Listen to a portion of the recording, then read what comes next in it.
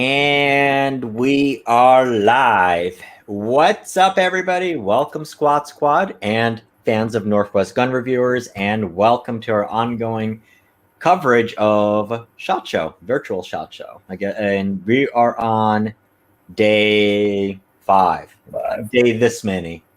So, what's going on, buddy? Nothing much. How was your night last night and continuing coverage for today? I was actually really tired. I actually went to bed a little bit early. It was cool. Enjoyed having Adaptive Tactical on. It was actually really interesting. I'm glad we were able to get a couple of your guests to come on. So that was really, really cool. It is. All right, so we're gonna give it a couple of minutes, just as we've done over the last. I'm not gonna say over the last week, as we've done over the last 2 weeks, but over the last 5 shows, we're gonna give it a couple of minutes for people to start piling in.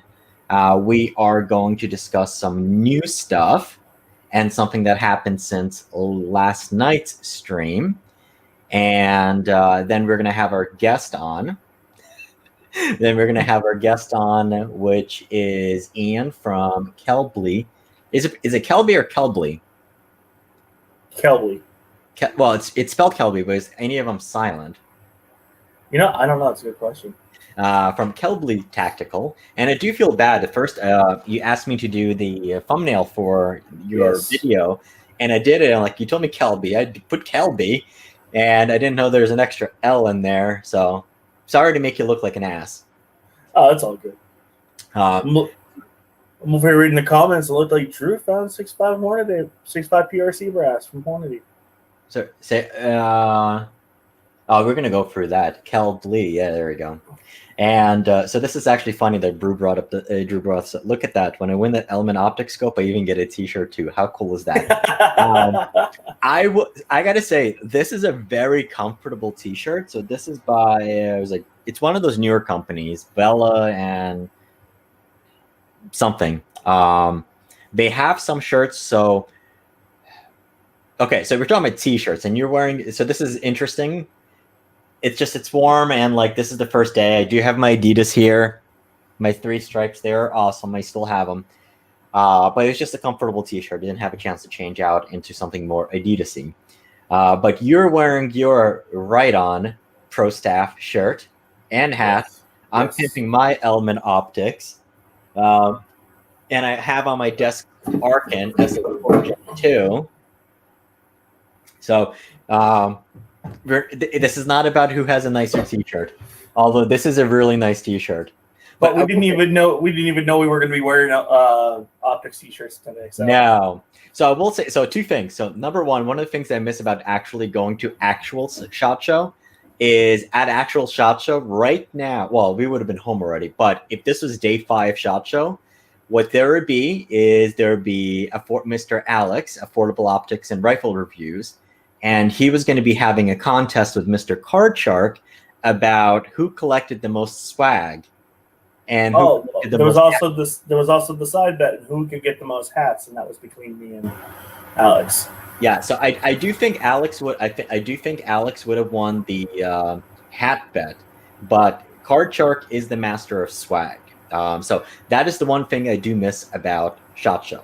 But on a T-shirt topic, so it's funny. I am looking at getting some merchandise, and one of the challenging parts is I want T-shirts that are good quality, but made in the United States, that are reasonably priced. And before, the only option you really had was Gildan Ultra Cotton, which were really nice shirts, but they weren't U.S. made. And now though, so they have Next NLT shirts, which are really cool. And then this was another brand, and this is a really nice shirt. It's nice and soft, all that fun stuff. Yeah. All right, so we're gonna go for a couple of questions. There's some really awesome comments, and once again, we are streaming this to both Facebook and YouTube. And if you haven't done it already, go make sure to follow us on Odyssey as well, and there are links in the description. And I can actually do this while we're getting started. Haha. All right, so let's go through some of the comments. Okay. Drew really wants the scope, but if he doesn't win, I'll try to ask Elman for possibly a second giveaway. It is a really nice scope. I do have it. I've been playing with it more. Or at the very least, I'll try to get a discount. The problem is because Element doesn't sell direct to consumer, it would have to be one of the retailers. So I will try to see what we can do. All right. We're talking about extra entries. So we do it for the giveaway. If you click the join button and become a member, it's only visible on YouTube. There is a code in the community tab for 100 extra entries into our giveaway. Okay. In about 2 to 3 months, I should be caught back up. Setting up my life for PRS has been costly. I think in 2 years, I've spent close to $12K, likely more. Yes, PRS is expensive. Yes. And Drew, you'll be seeing that here in the next couple of weeks when I get my rifle completed. I currently have $2,500 worth in toys that have been ordered. And still not something things even haven't shipped yet. Kind of irritated about them. So it's interesting that you bring this up. So one of the companies that I've really been playing with recently or following is Big Daddy Unlimited. I bought a suppressor from them and purchased it beginning of the year. I think it was on the 5th or the 6th. It takes 3 days to e-file a Form 3 to have it sent to my FFL. It's been 21 days. Zero movement, nothing. I have not heard one thing from them.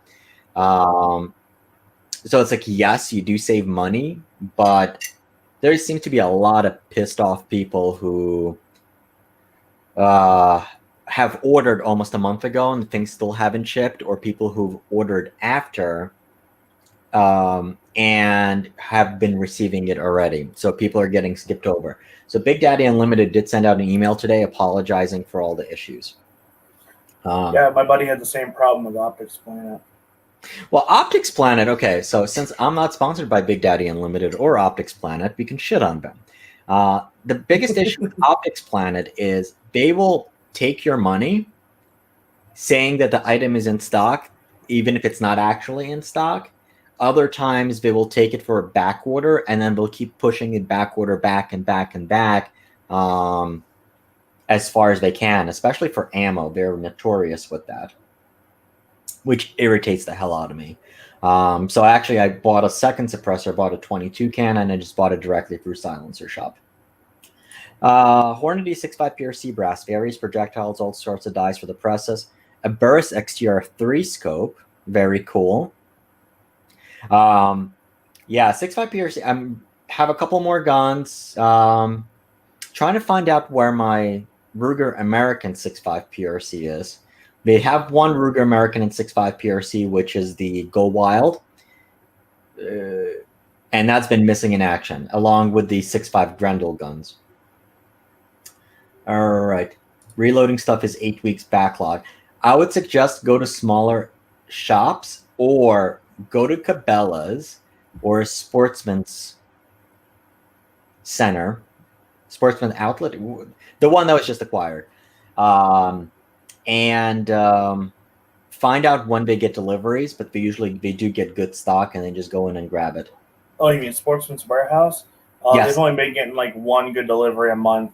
I know I hit it last week with I got a box of 500 9mm heads and 545 heads. And that's about the only thing that they've had in the last month and a half that was even anything close to being decent. So from Facebook, Tony, welcome. What did they do with all the ammo from Range Day? So when you go to the Media Day, which is Monday before the SHOT Show, they most of the brass that's there is left over, and the people from the range, the safety officers and stuff, there's usually a brass whore or two there, and they will collect all of that. So they keep it. Leftover ammo, I generally don't know of too many companies that have ammo left over at the end of the day. Or what they'll start doing is if they're running low, they will limit how much you're shooting. If you're running, if you have enough ammo, they'll let you mag dump more. particularly with machine guns. Now, the cool thing is for them, from a planning perspective, is there is a fixed amount of people that go to media day. So SHOT Show is about 65,000 attendees. Only 1,500 people are invited to go to media day, and it's slot capacitated. So they know how many people they can set up for. Might want to set the rules for the guest host not to bring up views an airsoft toy if you catch the drift. Exactly. And since this was a guest of Derek, it's all his responsibility.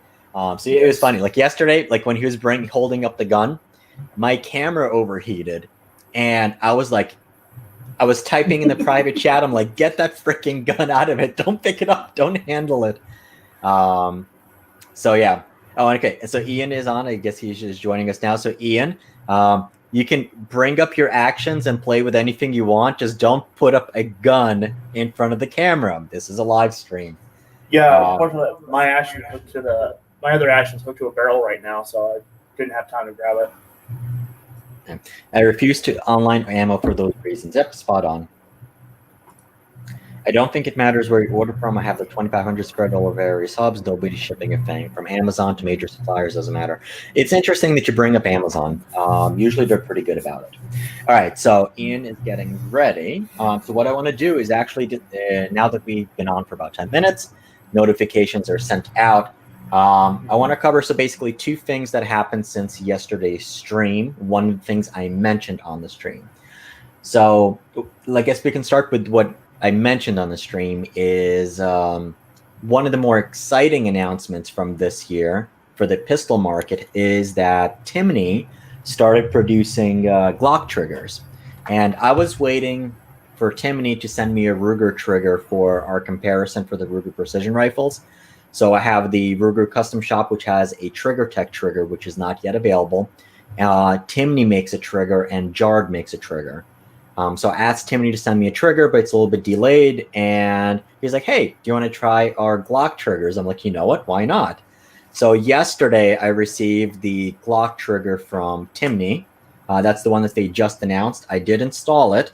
I didn't install it in a Glock. I actually installed it in my Zev OZ9. And I got to tell you, I am thoroughly impressed with the trigger. So is it a 1911 or a CZ? No. But it is by far the best Glock trigger that I've ever shot. I'm not going to bring up the gun here, but I'll do a video on it soon. What I will say, and I'm not even comparing it against a stock Glock trigger. I was comparing it against the Zev trigger in the Zev OZ9. So with the Timney, you have, so the best way of putting it, it's almost like a single stage type trigger with a little, better yet, if anybody's familiar with the Geisley SD3 gun trigger, that's going to be the best way of comparing it. So it's a single stage trigger where as you're pulling it, it has a clean break right in the middle. There's no actual wall there. You just start pulling it, very little creep, and then it just breaks. Very clean break. One of the issues with the striker fired ones is sometimes as you're pulling the trigger and the gun breaks, it'll have a tendency to pull. You don't have it with this trigger. Completely different design. Second, it has a very positive reset. And it's fairly short, so it's not like a CZ AccuShadow short reset. It's a bit longer, but it's nice and positive. It springs it right in there. One of the issues you have with striker fire triggers, to get the pull to go lighter, you go with a lighter striker. But one of the things that sucks with it is the reset becomes very mushy. You don't have this with the trigger. Very positive reset. And as you're getting it back to the reset point, you can just pull it and then you get immediate break. Very, very, very nice trigger. So MSRP is $165. It works with any Gen 3s or Gen 4s, and we're going to have a Gen 5 coming out soon. If you're installing it on a OZ9, it does work, except it's a little bit more pain in the ass because on a regular Glock, so there's a there's this pin that returns the trigger back down.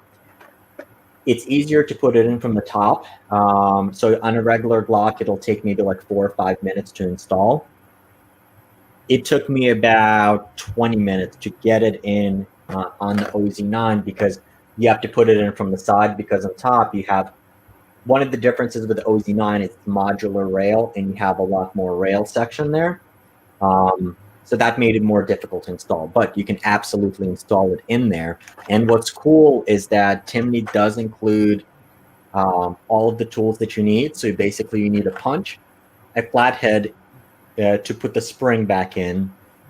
If you're talking about a standard Glock, I didn't need to use it on an OZ9. And then it's going to come with a hex tool. And the reason you need it for that is the module that goes in on the bottom here. Typically, there's a spring that holds it in, but with the Timney trigger, there's a screw that goes in from the bottom to retain it. So you need the tool for that.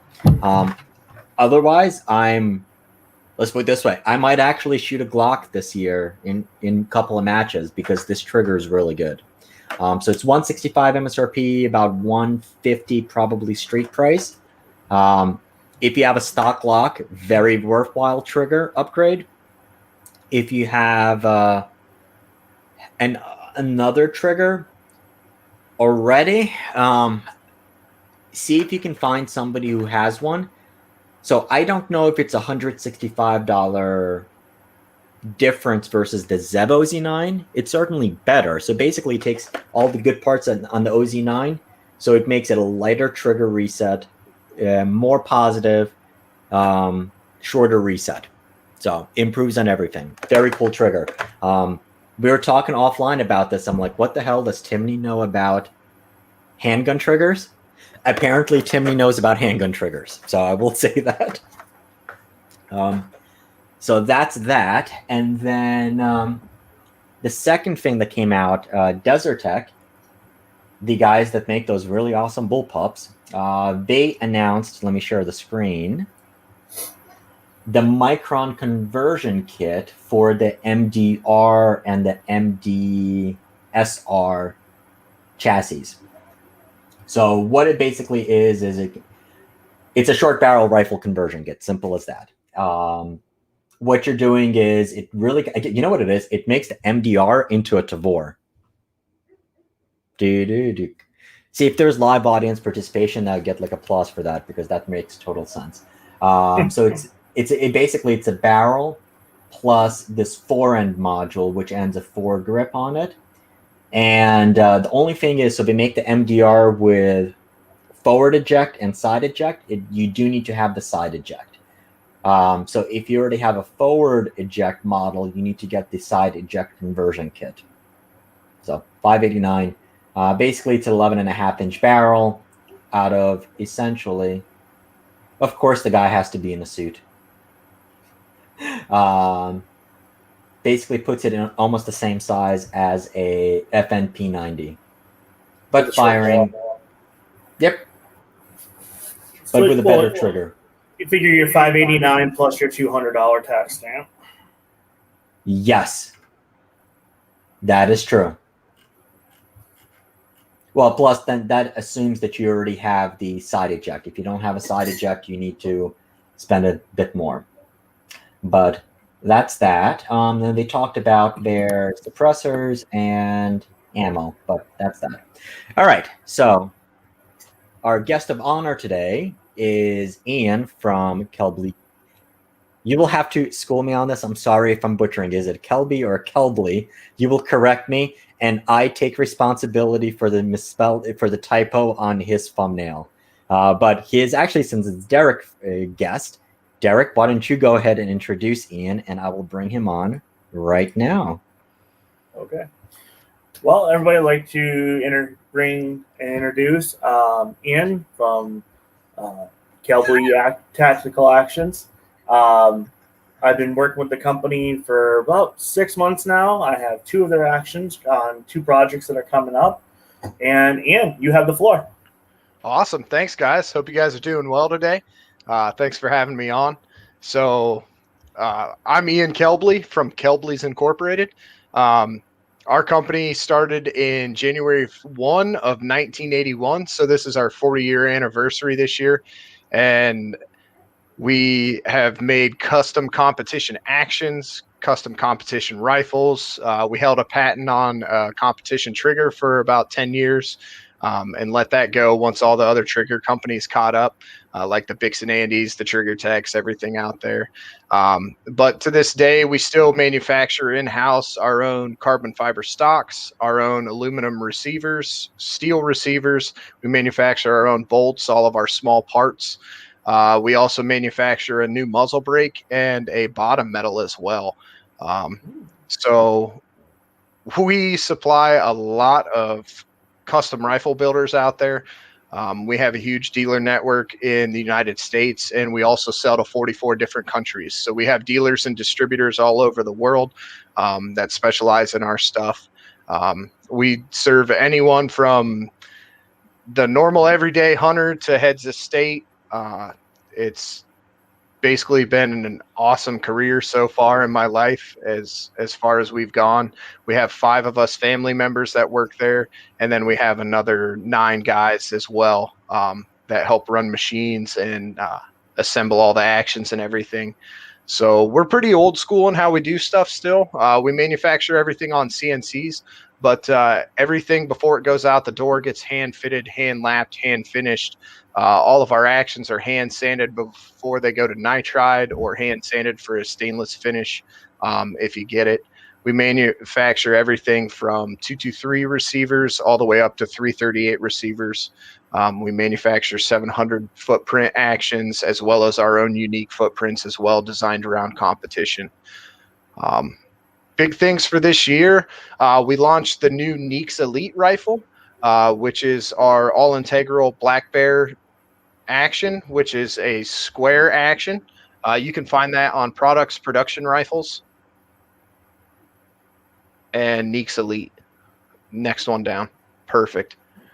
So that's our new one. That's my rifle that I built for this year to shoot in NRL competitions, but don't know if I'm going to get to shoot. We are so busy right now that like last year, I didn't even get to shoot any competitions because we were so busy. And this year it's looking to be about the same. It's kind of hard to find time to go anywhere. But so basically the premise of this rifle is the ultimate competition rifle out of the box. Guys are trying to build super heavyweight rifles right now. So the Black Bear fits that bill because it's a 43-ounce action made out of 416R stainless. We use an ETD 150 bolt. It's a one-piece bolt manufactured on our 7-axis Mazak Integrex machine. So that thing sits there all day and makes bolts. We switched to a Seiko style extractor at the beginning of 2020 to give our customers a better experience with extracting and ejecting and everything developed around our mechanical ejector. So all of our actions use a mechanical ejector that goes off of the bolt stop, and all the ejection is set by how hard you actually run the bolt. That rifle retails at $3,900. It comes with the barricade stop, the thumb rest, the folding butt stock, all the weight kits that XLR offers on it. It comes standard with a Krieger marksman contour barrel, which is what we call it, but it's a heavy Palma with an 870 diameter muzzle. And all of the short action calibers come with a 26-inch barrel, and all the long action calibers come with a 28-inch barrel. So we do that rifle anywhere from a 6BRA all the way up to a 338 Lapua or a 300 Norma mag. So that's our big new launch for this year, is going to be the Neeks Elite rifle. That one's selling really well so far. We've had our pro team shooting a model of that for about a year and a half now. So we definitely wanted to put it through its paces before we offered it to our customers worldwide. That action is also our newest action. We have a couple maybe in the works right now that'll be out in the next couple of months. Couple new designs on maybe a 700 footprint. So stay tuned for that. We'll launch that as soon as we have it ready. But the one thing that we definitely strive to do is test before we ever launch it to the market to make sure everything works out well. I'm the crazy guy pulling the trigger on 130, 150,000 PSI loads behind all of our new action models. So you get a little taste of life when you do those. But other than that, the other products that we have new this year are going to be our claw self-timing muzzle brake. Saw it on the homepage. There we Yep. go. So the claw, we offer that in a 950 diameter and also a 750 diameter. So a lot of people have always asked why our Koda has a half 28 thread on it. The reason being is to have enough of a shoulder for the longevity that we expect out of our rifles. We had to go to a half inch diameter because the muzzle of that barrel is it's less than 700 thousandths in diameter. So there wasn't enough shoulder there to feel reliable to put a 5/8 24 on there, because guys will end up rounding the shoulders over and everything. So we offer that brake in a stainless and a black nitride finish. They have a nice little wrench flat on the top and the bottom to fit standard SAE size wrenches. Like the 950 is a 3/4 and the 750 I believe is a 5/8 wrench that goes on there. The other thing it's nice for when you're using a self-timing brake is you can actually set a machinist level across it to make sure that your brake's actually level to your rifle. So it makes it returnable very easy. We retail that at $100. It is a lot cheaper than everything else on the market, but it is a lot more effective. We've had a lot of guys switch from other top tier muzzle brakes out there to our brake because of how effective it is. We use a force cone in our brake, which requires you to clean it every couple hundred rounds because you can get carbon and copper buildup on it. But the soft push of this brake under recoil makes it worth having to clean it a little more than other stuff on the market. Whereas most guys will bore up to the first baffle, and then you're not really directing the gas flow or anything like that. So we really wanted to direct the gas flow, give you as soft of a push as possible, especially on the big calibers. So anything from hunting barrels all the way up to your competition MTU size barrels, we have a brake to cover that. We typically stock those, but sometimes we'll have up to a 2-week lead time on them, depending on how many our dealers are selling at that point in time. We are a kind of a smaller shop, but we take on the big orders like a big shop does. Other than that, the other new things we have coming out this year is going to be our short action bottom metal, which you can find on the drop down there as well. Yep, Kelbly's short action bottom metal right above chambering. Heck yeah. So unfortunately, in 2019, our bottom metal supplier, Jeff Allen from CDI Precision, passed away. So we now had 10 years of rifles out there with nobody to supply bottom metals for. This is as close to a CDI Precision inlet as we could get. On some of those, if like you fully bedded your bottom metal to it, it takes a couple cuts in the back right in front of the trigger guard to clean it up to be able to fit in. But this bottom metal retails at $149. It comes in a type 3 class 2 hard anodizing. The latch on it is black nitrided. So this thing's built for longevity. The other thing that we integrated into this is it does have a magazine stop on it. So if you set your rifle on your magazine and go to cycle your bolt, your mag will not go up into your action like it would on other bottom metals that are offered out there. It's also an ambidextrous latch, so you can push from both sides and also the bottom. So it gives you unlimited options on that. We only offer it in a short action right now. We will come out with a long action model later this year, but this has been a good seller for us, and the dealers are starting to love it. We have we sent out some care packages to our top dealers, and then the orders started rolling in for that one. But as far as new stuff for this year, that's about it. Like I said, we have a couple actions in the works right now, but they're not ready to hit market yet. So as soon as they're ready to hit market, we'll launch some pictures and get it out on social media and everything like that for everyone to see. Cool. So before we go into the questions, rephrase that. Before we go into the questions that Derek and I would have, on going back to the gun, what was the scoop on the butt and plate is a gel-filled bumper pad. So let me bring up the rifle. This was the production rifle, the Nix Elite. Yep.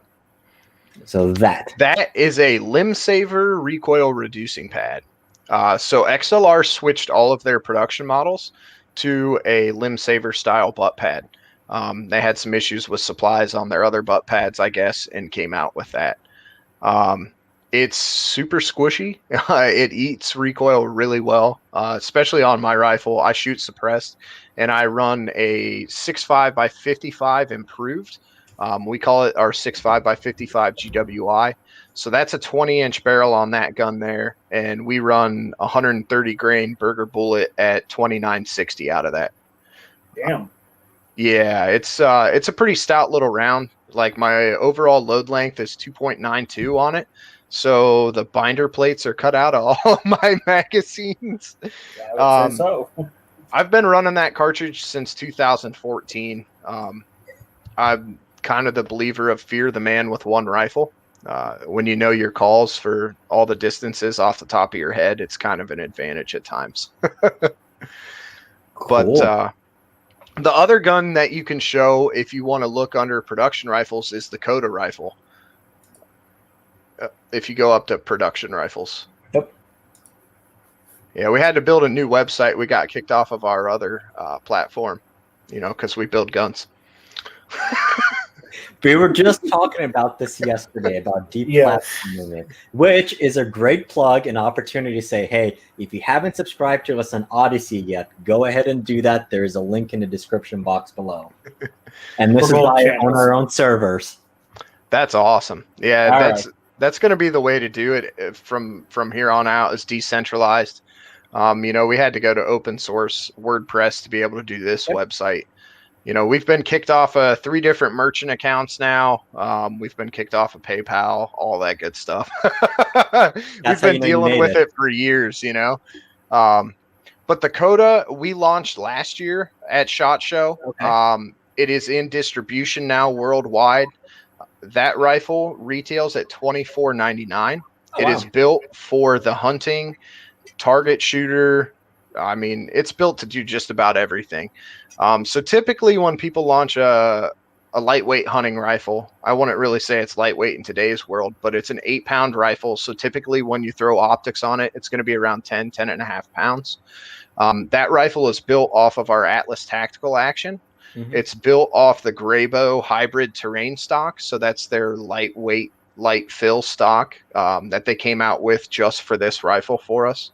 It's got a Krieger No. 4 heavy sporter barrel on it. Everything's finished in black nitride, and it's finished with a .528 muzzle thread on it. So that's why we have the 750 diameter muzzle brakes. The 6.5 Creedmoors come with a Magpul 5-round magazine in it, which is literally the best feeding magazine I have ever used in a bolt action rifle. I mean, we have no issues with that. And then we also have in the 6.5 PRC, it comes with a 3-round accurate mag. Very cool. It comes with a sub MOA guarantee. All of our rifles, all of our actions come with an unconditional lifetime warranty. You break it, we fix it, no questions asked. And that rifle is selling off the shelf right now. Like, we literally just sold the last one today. Wow. Who are the distributors for your rifles?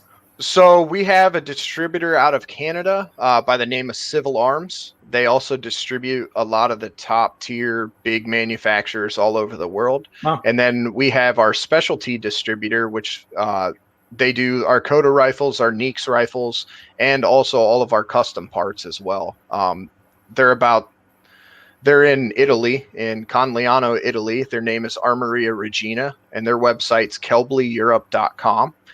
So they handle all of the EU for all of our custom competition rifles. If you have a specific rifle that you want, that's the place to go. Civil Arms handles all of our Atlas actions, like, standard, really easy SKUs. They do all of our Koda rifles. They do the Neeks rifle, and then some of our Atlas actions and muzzle brakes and stuff. Cool. But, a little more streamlined for them because they're such a big operation. Whereas Regina can handle all the like nitty gritty custom stuff. So we get all of our crazy orders from them out of Europe. And I gotta say, so like I gotta give you props for like having such awesome names, such as the Neeks and the Koda. Great logos. They're awesome. Our graphic designer is amazing. So shout out to Snyder Advertising out of Worcester, Ohio. Those guys are awesome. They've been doing our stuff for about 20 years now. So they've become good friends over the years. They do all of our videos for us as well, except the crappy 720p ones my brother and I did just a couple months ago. But, kind of new to the technology stuff on that end. We've always been a phone call business. Like the three guys that answer phones are myself, my brother, and my father. So you call Kelbly's, you get a Kelbly on the phone. We also do all the sales and production management as well. So it's we're definitely heavily involved in the business. So what's funny about the name that you mentioned, all of our actions are named after a bear, and we are literally out of bear names. So now we started digging into, like, Koda means little bear in Dakota. So in Indian language, it means little bear. And then Neeks is tied in through Ursa Major, Ursa Minor in Greek mythology, which Ursa is a bear as well. So, we're starting to stretch for the names of bears anymore, Now you can do bears out of sci-fi movies, bears in foreign languages. Yep, that's what we're going to have to start doing. That's for sure. Very cool. Now, so I first learned of you through Derek, through your actions, and I suppose a lot of people are going to be as well. Can you take some time and walk us through the actions that you offer? Yes, of course. If you want to start at steel actions, those are our most popular. The Black Bear Tactical is going to be that's our flagship tactical action. That is built exactly how we feel a tactical action should be built. So all of our high-end competition record-setting actions, like the Panda, the F-Class Panda, are all square-bottomed actions. So we've been making square-bottom actions since 1981, and it started with Ralph Stoll, the original designer of the Panda action. In 1967, he made his first one. And him and my grandfather went into business together in 81. So we've kept the flat footprint since then because it gives you 3 times the bedding surface area and it resists rotational torque. So you don't end up, how in a round action it wants to twist like this and can end up making your screws come loose. You don't get that with a square footprint. It's much easier to cut inlets and stocks. It's much easier to bed. It gives you better contact as well. So that action, the Black Bear, has a longer tenon in it than our Atlas. So that one has, the headspace on that action is 1.115. We hold all of our action headspaces to -0 +1. So 1.115 to 1.116. And on the Atlas is 942 to 943. The Black Bear comes with a mil-spec 20 MOA Picatinny, which is machined integrally to the action. Wire EDM cut raceways, 1-piece bolt, mechanical ejector, and a Seiko extractor. The only thing we use a spring type ejector on is going to be like the 6-dashers and 6BRAs because of the shortened magazines. You want it to eject a little faster than where we have our mechanical ejectors set up. That comes cut standard for a top safety. It's available in right hand or left hand. And we offer that action from a 223 bolt face all the way up to a 338 long action bolt face as well. All of our short actions are cut to be able to accept AICS, AW magazines. Our long actions have an ADL, BDL in them, but they also accept up to AICS, CIP length magazines as well. We really like the black nitride feature. H&M Me Metal too. Processing is, yeah, they're about 20 minutes from us. So we take a trip up there every week and pick up an order and drop off a next order. It brings the surface hardness up to 64 HRC. It brings the rust and corrosion resistance up past military standards. And it also allows you to run it dry in dirty, dusty environments. So if you're out shooting in the middle of New Mexico, you don't want grease on your bolt because it's going to end up galling lugs. What you can see there, on the front of the magazine, you can see where we have the square relieve to be able to accept standard AI magazines. Mm-hmm. And then the silver part that you see there is our trigger hanger. So all of our actions feature a trigger hanger, which makes it really nice for competition because you can carry a spare trigger hanging in a hanger already, and you don't need a punch and a hammer in your bag or anything like that. You just need a 3/32 Allen key, and you can swap triggers in the field. That action has a screw in it that's 5 times bigger than our Atlas Tactical action. So it is basically bulletproof. I've literally tried to destroy mine and I haven't been able to do it yet. I would say we could probably move on to the Atlas Tactical, that being our most popular because it fits 700 footprints. Okay. Yeah, drop down to the actions. Yeah, there you go. I have, so I'm looking on 2 monitors, so I'm confusing myself. I know how it goes. Okay, and then go to Atlas Tactical. Tactical, okay. Yep. So actually, we do have something new for the Atlas this year. We, over the years, have had the same issues other action manufacturers have had. There's not a very big screw that you can put in the side of a 700 action to be able to have a side bolt release on it. We took some time and tested and developed a new bolt stop that will be retrofittable into all of our actions. You literally remove the screw for the bolt stop and put this new one in. It's made to have more material on the backside of it so that when you actually impact the bolt stop to actuate the ejector, the bolt stop actually slides back in the action and contacts the action body itself. So it takes away the problem of breaking bolt stops or anything like that. So if anybody has an issue with that, we can get the new bolt stop out to you. We have a couple hundred on hand and a couple hundred more at Nitride right now. So we have those available. So the Atlas Tactical is our most popular action out there because it's a 700 footprint. It fits in all your standard XLR, MDT, MPA, Manners stocks, Macmillan stocks, just about anything with a 700 footprint it'll fit in. It features a 1/4 inch dual pinned recoil lug. It features a trigger hanger. Our Picatinny rail is now action length, so it ends at the end of the recoil lug. We do still have some of the longer ones left too, but most guys started asking for action length. The Picatinny is affixed with 4 8x40 screws and also a pin in the rear end for alignment. So that way, if you take it off, you put it back on. Some people call it an anti-shear pin as well. So it does help take some recoil off of the screws. That action is machined out of 416 RS. The bolt is an ETD 150, and all of it's finished in a black nitride finish. We do offer all of our actions in a stainless finish as well. Okay.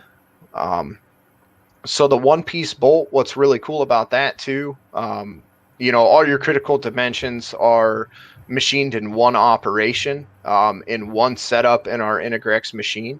And then the handle that screws into it is actually an aluminum handle. And the reason why we started doing that was we had a couple of guys get some stuck cases. Guy gets a stuck case. What's he grab? Hammer beside him and smack. And when you have a steel handle into a steel bolt, it ends up breaking stuff. So we designed this aluminum handle. You can bear pawl it all you want all day, but if you smack it too hard with a hammer, it'll actually break the threads off and not destroy the bolt. So we can just send you a new bolt handle and you're good to go again. So we've tried to design everything to have failure points that don't fail too early, but fail at the right time so that you don't end up destroying your entire rifle trying to get something unstuck. What else about that? I guess the biggest thing about our actions is we focus heavily on ignition. I think a lot of people look at that as like a secondary thing. We look at that as the primary thing. We have over 95 world records in the last 25 years on our actions. Our actions hold the world's smallest group, which is a 5-shot group at 0.0077 thousandths of an inch. And that was shot down in Texas with a Panda action and a Krieger barrel, which is what we use on all of our rifles. Our ignition system is developed around a Remington 700 ignition system, the original one Mike Walker developed. So it gives us the most consistent ignition that's available on the market, and that's really what sets our actions apart, is how accurate you can shoot with them. If you want to go to like the Panda actions, because some people here may have never seen an aluminum rifle receiver before, but that's what we were so well known for over the years. Click on the F-Class Panda. That would probably be the coolest one. Okay. All right, so the F-Class Panda is our most popular aluminum action, and there's no extractor in that bolt. I just noticed that. We got to fix that on the website. But this is an all-integral for 2021. Yeah, no kidding, right? The sequel to 2020. The sequel no one wanted. Yeah, I mean, you can't make up what's going on in the world right now. Oh, God, but no. so this action is made from a 7075 T6 aluminum. The bolt is an ETD 150, and if you look right at the front end of the action, you can see the steel insert we have. Mm-hmm. So we use a steel insert where the barrel and locking lugs are, and also at the primary extraction point at the back of the action. Okay. The reason why we like aluminum for competition so much is harmonic vibrations. So when you get transferring of harmonic vibrations from the barrel into the aluminum actually will deaden those vibrations. This action has a headspace of 1.115 on it, as well as our Black Bear. And this is our most popular competition action out there. So in F-Class, 10 straight national championships and 4 straight world championships were won off this action by Team Sinclair. The thing shoots lights out for F-Class, for long-range bench rest.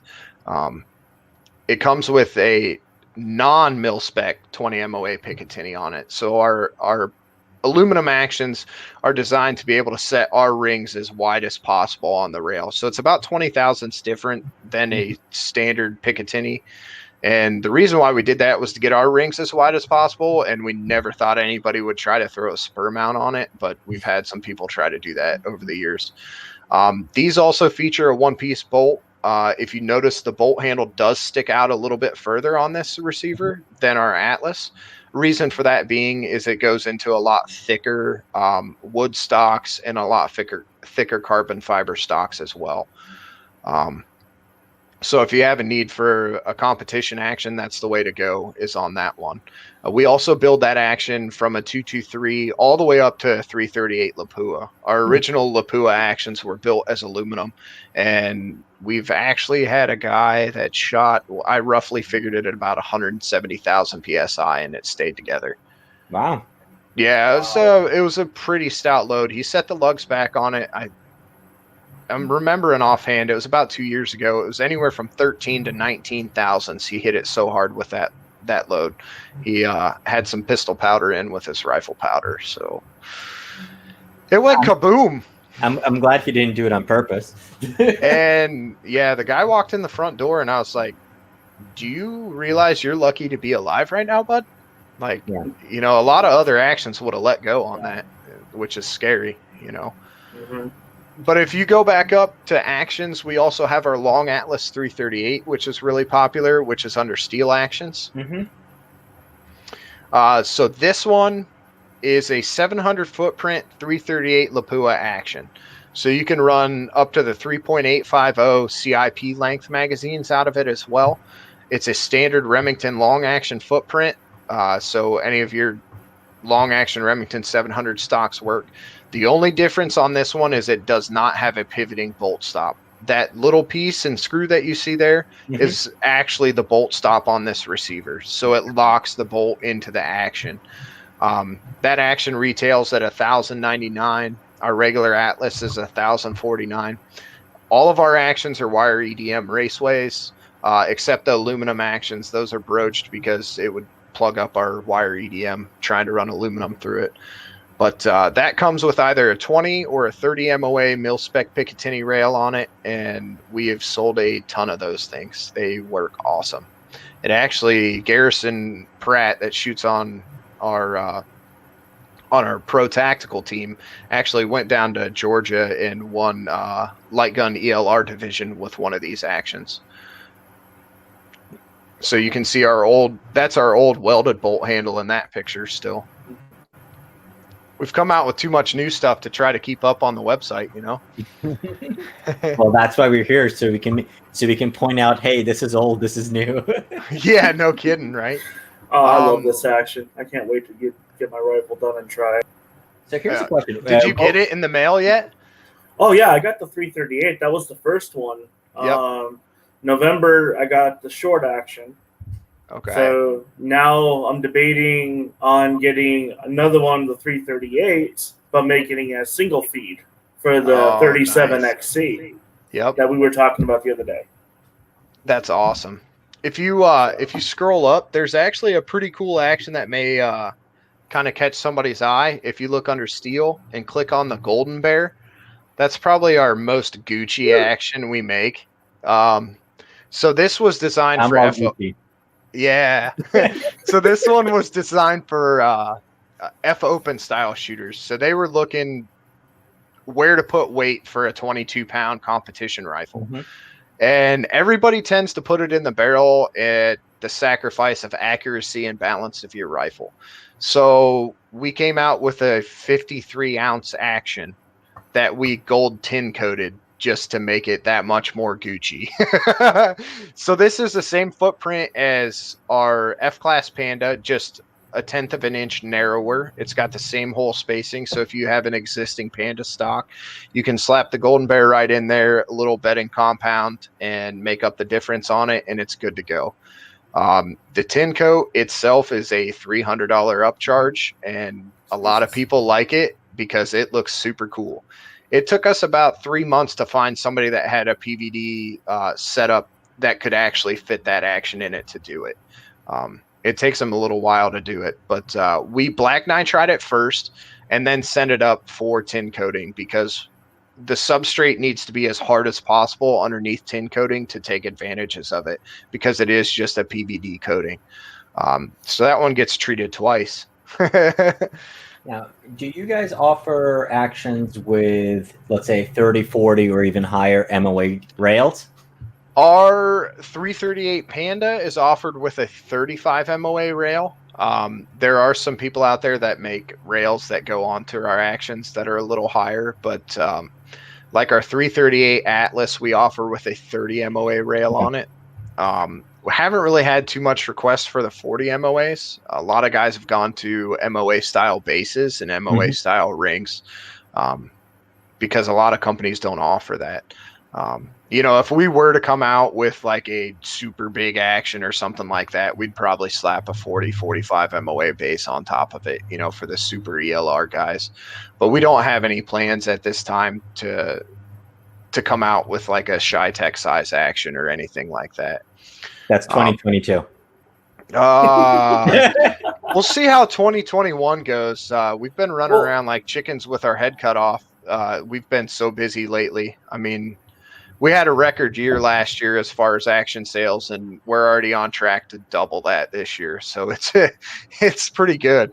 I've been hiring people lately and, you know, trying to figure out ways to find more efficiency in the shop as well. You know, different products to get rid of. Cool. Question for you. So what would be the consideration point for somebody trying to decide between a steel action versus an aluminum action? That would definitely be use. How rugged do you need in action? You know, our aluminum actions are going to be more for the competition shooter, you know, as some guys call those rifles case queens.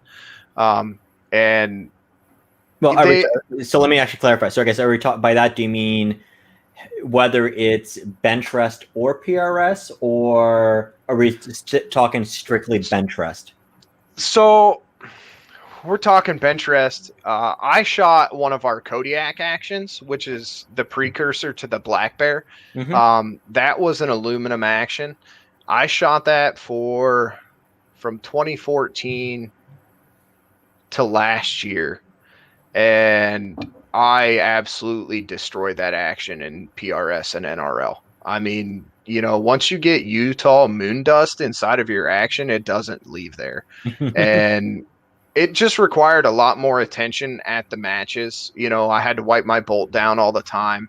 I was continually scared of galling the action and everything like that. Whereas our steel actions with the black nitride coating, I mean, you literally throw a handful of sand in them and just keep running. And, you know, you don't have to worry about galling or anything like that because of that coating on there. I keep saying coating, but it's more of a heat treat. So it's, doesn't add any thickness, and it goes down about 3/4 thousandths. And then the black is just a black oxide they'd put on there for better looks. And so I would definitely say, if you're going to be out hunting, if you're going to be out, you know, shooting PRS or NRL, definitely go for a steel action from us. It's going to give you better service life. It's going to give you better longevity of the product overall. I mean, we're still servicing actions from the mid 70s. We just got a 1983 action in the other day that we were doing just a tune-up service for the guy. And it's pretty cool seeing the stuff come in from decades ago still running. But like myself with the Kodiak, what I ran into issues with was I constantly had to clean it. And I did end up galling the lugs at 3 different matches because you do have to run grease on those type of actions. So we're even seeing the F-class guys start switching more to steel actions because of longevity and everything like that. Very cool. I guess before we go to the user questions, one of the things I had was, who makes stocks inletted for your actions? So Manners makes a stock for our Black Bear. Macmillan makes a stock for the Black Bear.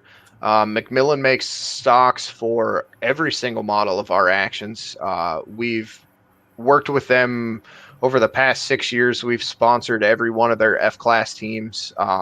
Those guys have been great to us. And let's see who else makes stocks. Cirrus makes stocks for our F-class actions, you know, the wood stock maker out there. XLR does footprints for all of our actions except for the F-class Panda. So they do the Black Bear, the long Black Bear, which they just Matt just called me yesterday saying the long Black Bear was designed and ready to go. So we'll have those stocks in here shortly. Gosh, who else? And then Graybo. You know, Graybo. Oh my goodness. I'm sorry, Ryan. My gosh. My mind's going a million miles an hour right now. But Graybo makes stocks for our Atlas actions. They made the one for our Koda rifle as well. And then we just got their new Phoenix stock in, which if you guys haven't checked that out, you got to check that stock out. Adjustable for the price point, and the weight of that stock is just, it's awesome. Absolutely awesome. I have a customer that is super excited to try it out on his next build. So very cool. And I guess along the same lines, you also have barrel makers that make pre-fits for yours as well.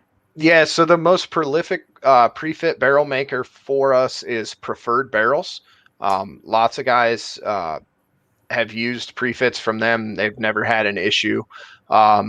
We've been making pre-fits for our actions since 1981, which is why we're so popular in foreign countries.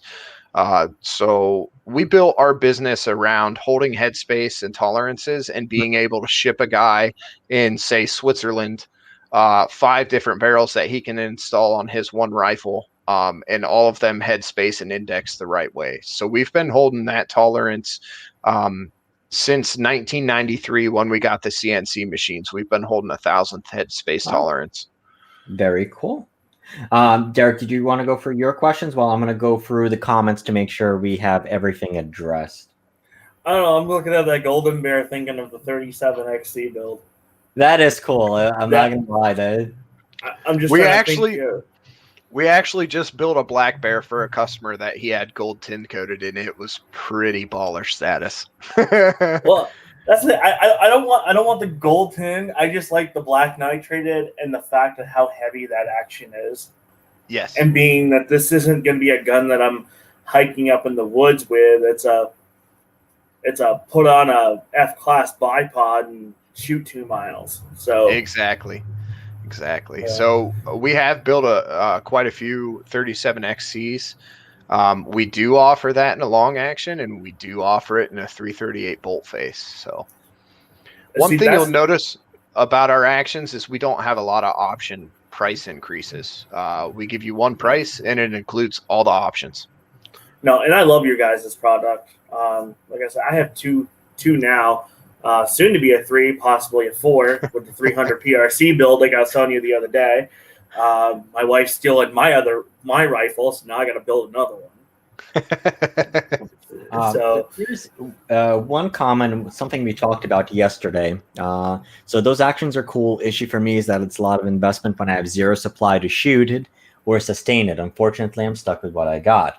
So we can take it 2 ways. Number one is the shortage in ammunition. Is it starting to impact even the precision rifle world? 100%. I have 3 rounds of 6.5 Creedmoor left to be able to test rifles going out the door with right now. So it's definitely a problem right now. We have orders in with local ammunition company so that they can custom load ammo. He said it should be no problem. But as far as finding major manufacturer ammo right now, it's absolutely nearly impossible.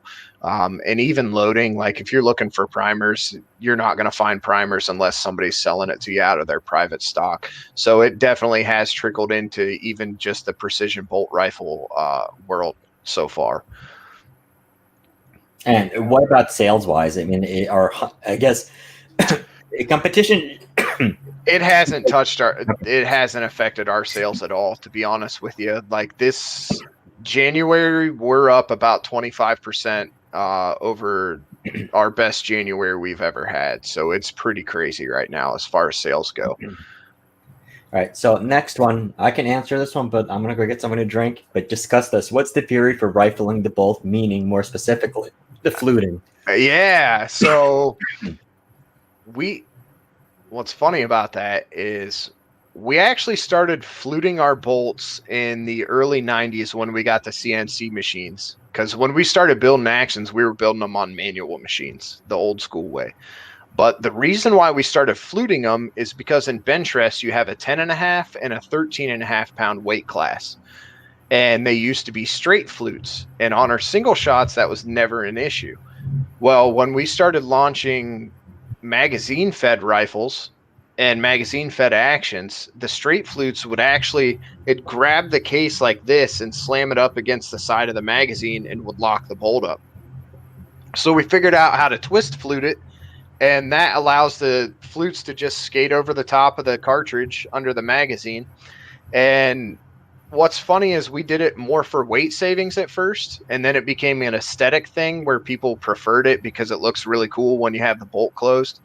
Mm-hmm. And then it actually turned into a function thing. It clears dirt out of the action better than anything else out there. Because as it's coming up the sides of the action, those flutes will actually pick the dirt off the interior walls of the action and drive it down into the bottom of the flutes. So in super sandy environments, the fluting actually does have a functional purpose of clearing the dirt and grit out of your action.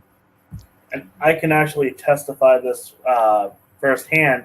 There was a shooter at the Badlands Steel Challenge last year that had the Atlas tactical action. He pulled the bolt off and just cleaned it just right there and had no issues.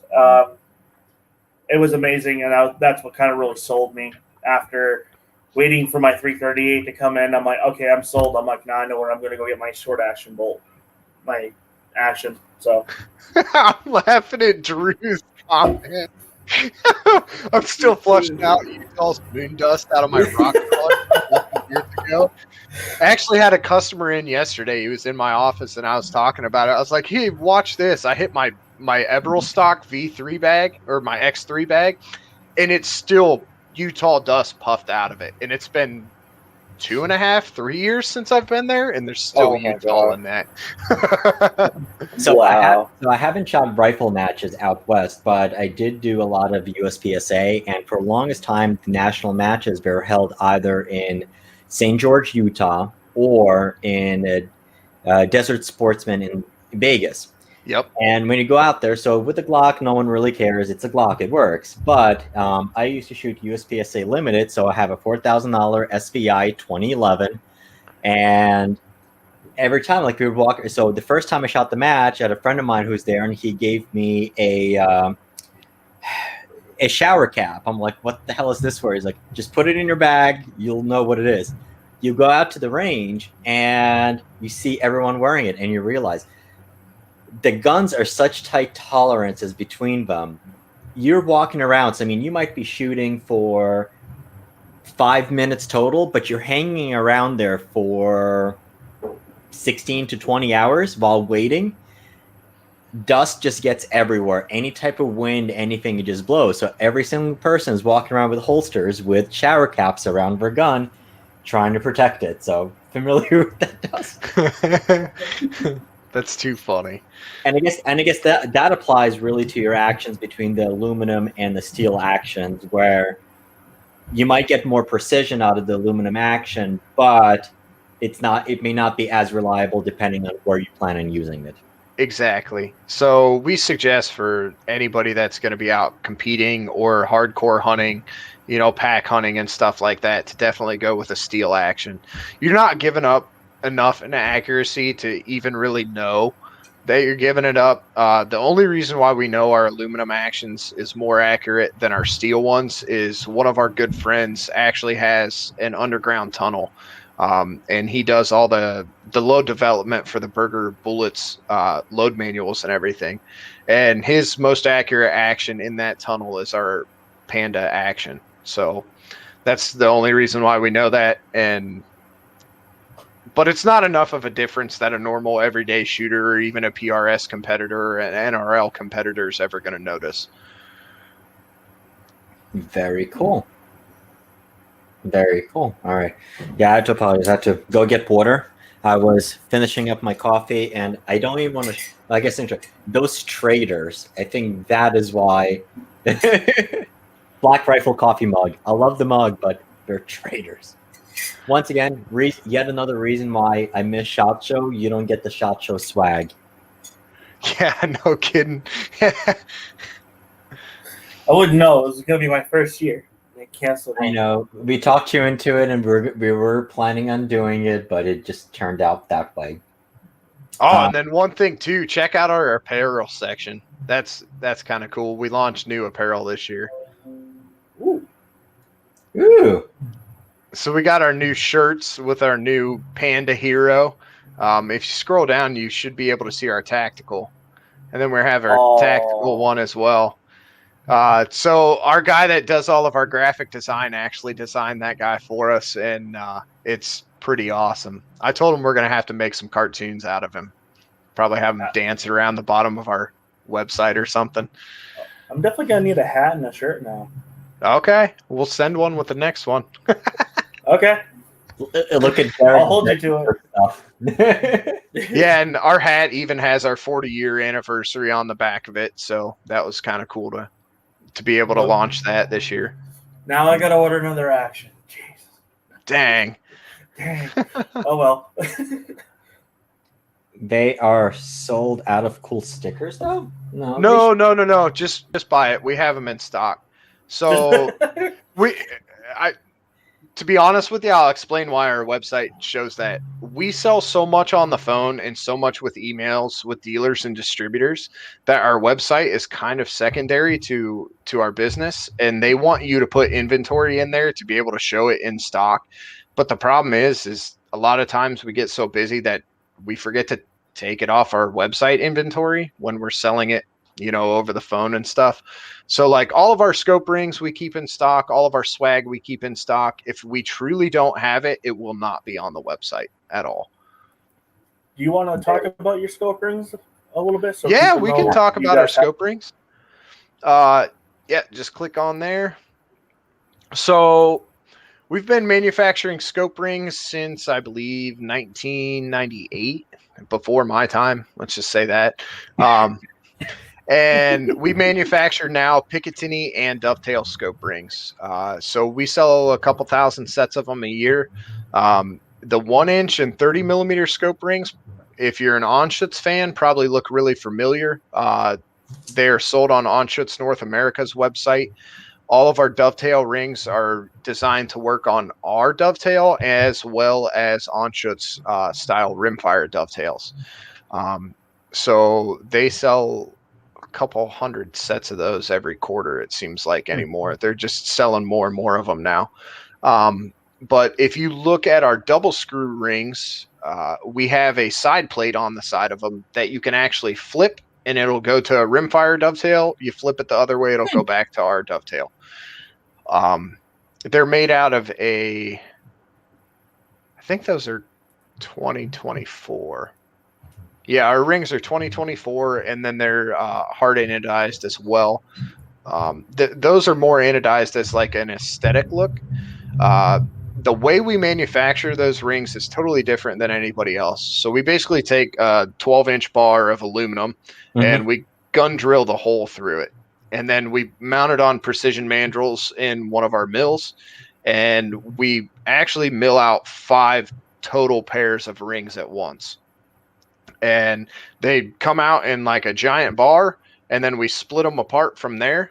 And then you get a concentric number set of rings.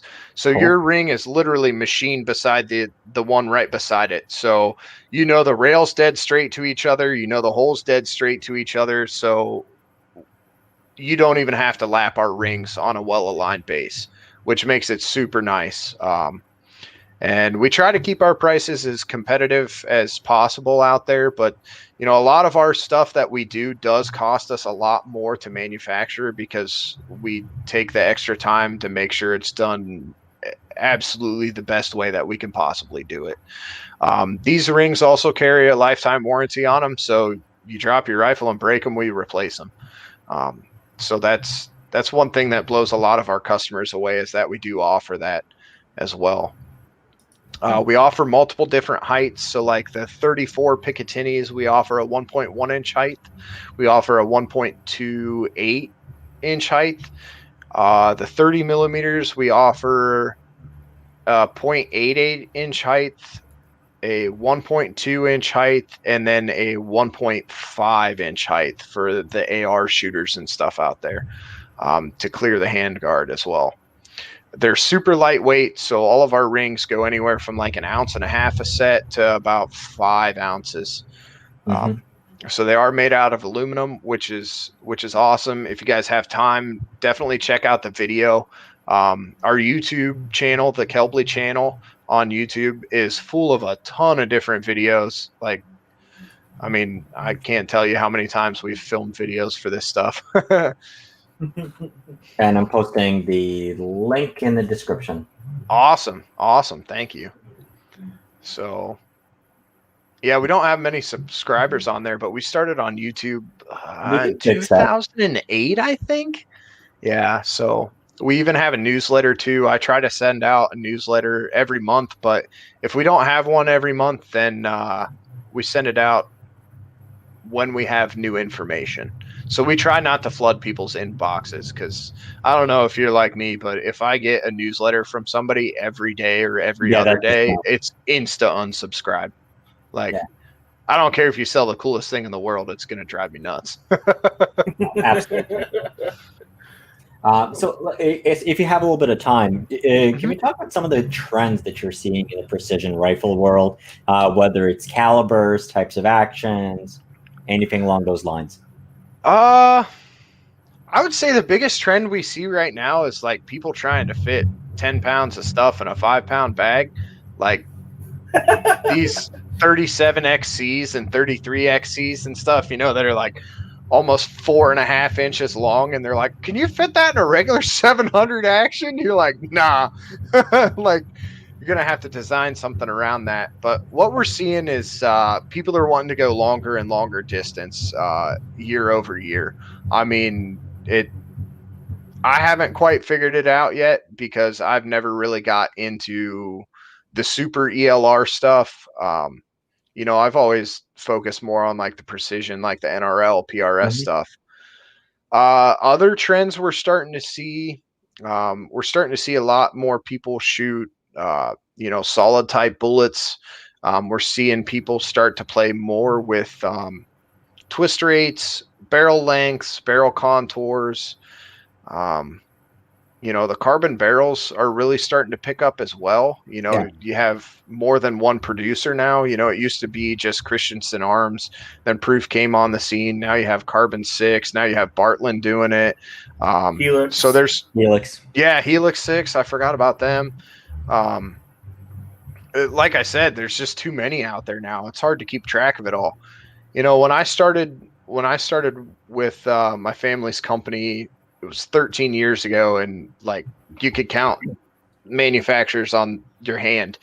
Now it seems like there's a new action manufacturer every day. Same with barrels and all that. But we try to stick to the tried and true stuff that we know works, that has great track records with customer service, because I mean, the easiest way to say it is there's nothing that really sets any custom rifle builder apart anymore. All of us have access to the same type of machinery, the same type of tooling. What it really comes down to is how much you stand behind your product, how much you're willing to help the customer out in the long run. If you're willing to pick the phone up or answer an email or actually, I will say what actually does set you guys apart over a lot of other companies is your guys' customer service. You guys were the one company that did not shut me down, hang up the phone, or tell me to go on the other side of Jersey. What's on the other side of Jersey? Nothing. In which case, stay the hell away from Pennsylvania. Right? That I can say is a customer service, and you guys actually took time and invested with me and everything, and I thank you for that. Well, that's the whole thing is we understand it, that not all of our customers are rich guys. They're not doctors making 6 figures a year. Most of our customers are everyday guys. They're pipe fitters, they're machinists themselves. They're hunters. It's a hobby to them, and they're spending a ton of money with us, because it's not cheap to manufacture precision firearm components. And, that's one thing that we always try to focus on is how would I myself want to be treated on the phone if I were to call in and spend, $1,000 on an action or $5,000 on a rifle, and taking the time to actually hear what the customer has to say. And that's one thing my father and grandfather always drove home to us was, do everything you can to make that customer happy at the end of the day. And my dad and I drove it into my brother as well. And, anybody that works for us, we drive that home to them as well. Even if they're just a guy in the shop, go the extra mile for that customer. It's what truly matters at the end of the day is building those relationships, because we've been around for 40 years. We're in it for the long haul. I'm in it to, sell Derek actions for the next 30 years. Anytime he needs something new, I want to be that one selling him an action or selling him a rifle. I'm not, and my family and myself, we're not in it to make that quick buck and get out or anything like that. We've invested. My dad's been there 35 years now, or 38 years. So we've invested our lives into this. Like, if I open up my window beside me here, you could probably hear them out there shooting. I don't know if anybody's shooting today, but my backyard's literally our rifle range. And I can see the shop from our house. So like, we're definitely fully invested in this. Cool. So there's one question that popped up, which was, do you offer any drop-in replacement Ruger precision rifle barrels other than rifle blanks? We don't ourselves, so we focus on the production of our own rifles, and we do prefits for our own rifles, and that's about it. On the RPR stuff, I'm Preferred barrel blanks. Yeah, I was gonna say I think Preferred does one for it, but I didn't want to misspeak on it. But dude, those guys over at Preferred Barrel Blanks, I mean, quality to price, I don't know anything else out there that's gonna do as good. I mean, some customers have sent me some pictures of, I think their barrels are around like $500, like as a prefit, which is kind of unheard of, that price point. I mean, a prefit from us is about $725 to $825, and dude, the groups guys are getting out of those things are like absolutely amazing for that price point. I mean, I got 3 of their barrels. Waiting for the third one to get here right now. And out of my PRC, my 300 PRC, I should say, I'm getting 0.3, 0.35 groups with a 225 ELD match. I mean, what more can you ask for at that price, man? It's awesome. It's awesome. So one other question that I wrote down earlier when you were talking about your gun, suppressors. So some people you talk to, they're basically saying, well, suppressors can improve accuracy. And actually one of them was yesterday on Desert Tech's call, they're saying, yep, you can improve accuracy with a suppressor. Other companies, they'll basically say, no, a suppressor is not going to improve accuracy, but it'll just make it more polite to go shoot. So what is it?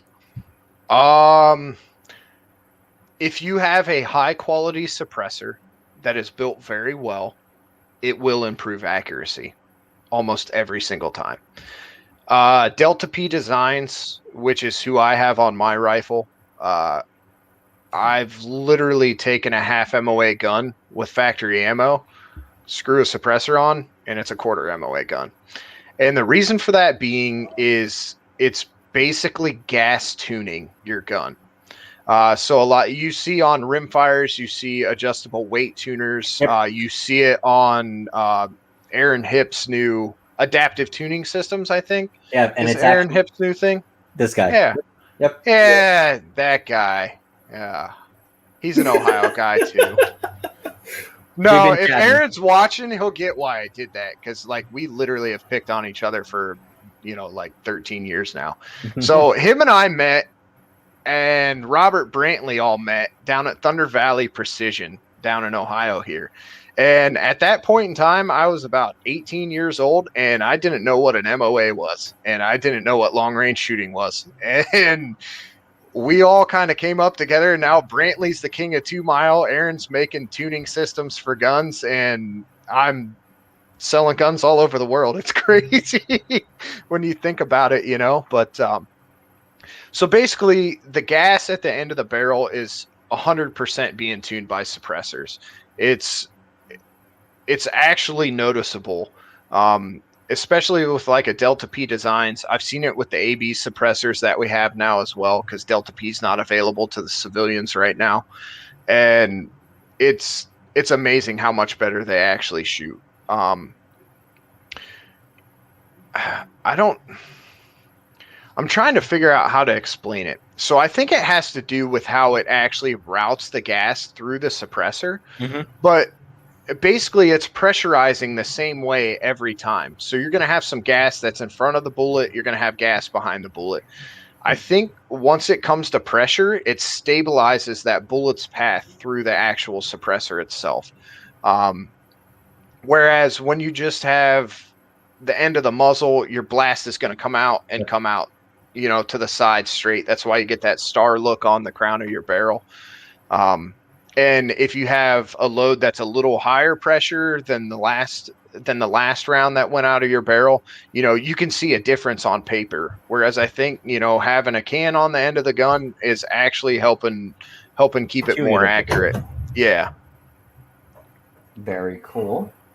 All right. So then the other one was actually caliber wise. So since you make hunting firearms, one of the things we've seen this year is one of the bigger announcements was the launch of Winchester and Browning's 6.8 Western. Have you seen any requests for that yet?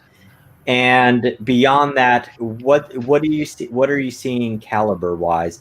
Is there, so in the chat we've had big talk about 6.5 PRC and how that has really gotten a lot of adoption. We had 300 PRC, we have 6mm arc. What are you seeing from that perspective? What's your take? So we've seen a ton of increase in 300 PRC, a ton of increase in 6.5 PRC, and 6.5 Creedmoor is still climbing. Yeah. I don't think you can kill the Creedmoor. It may end up taking over the 308 someday, but I don't think so.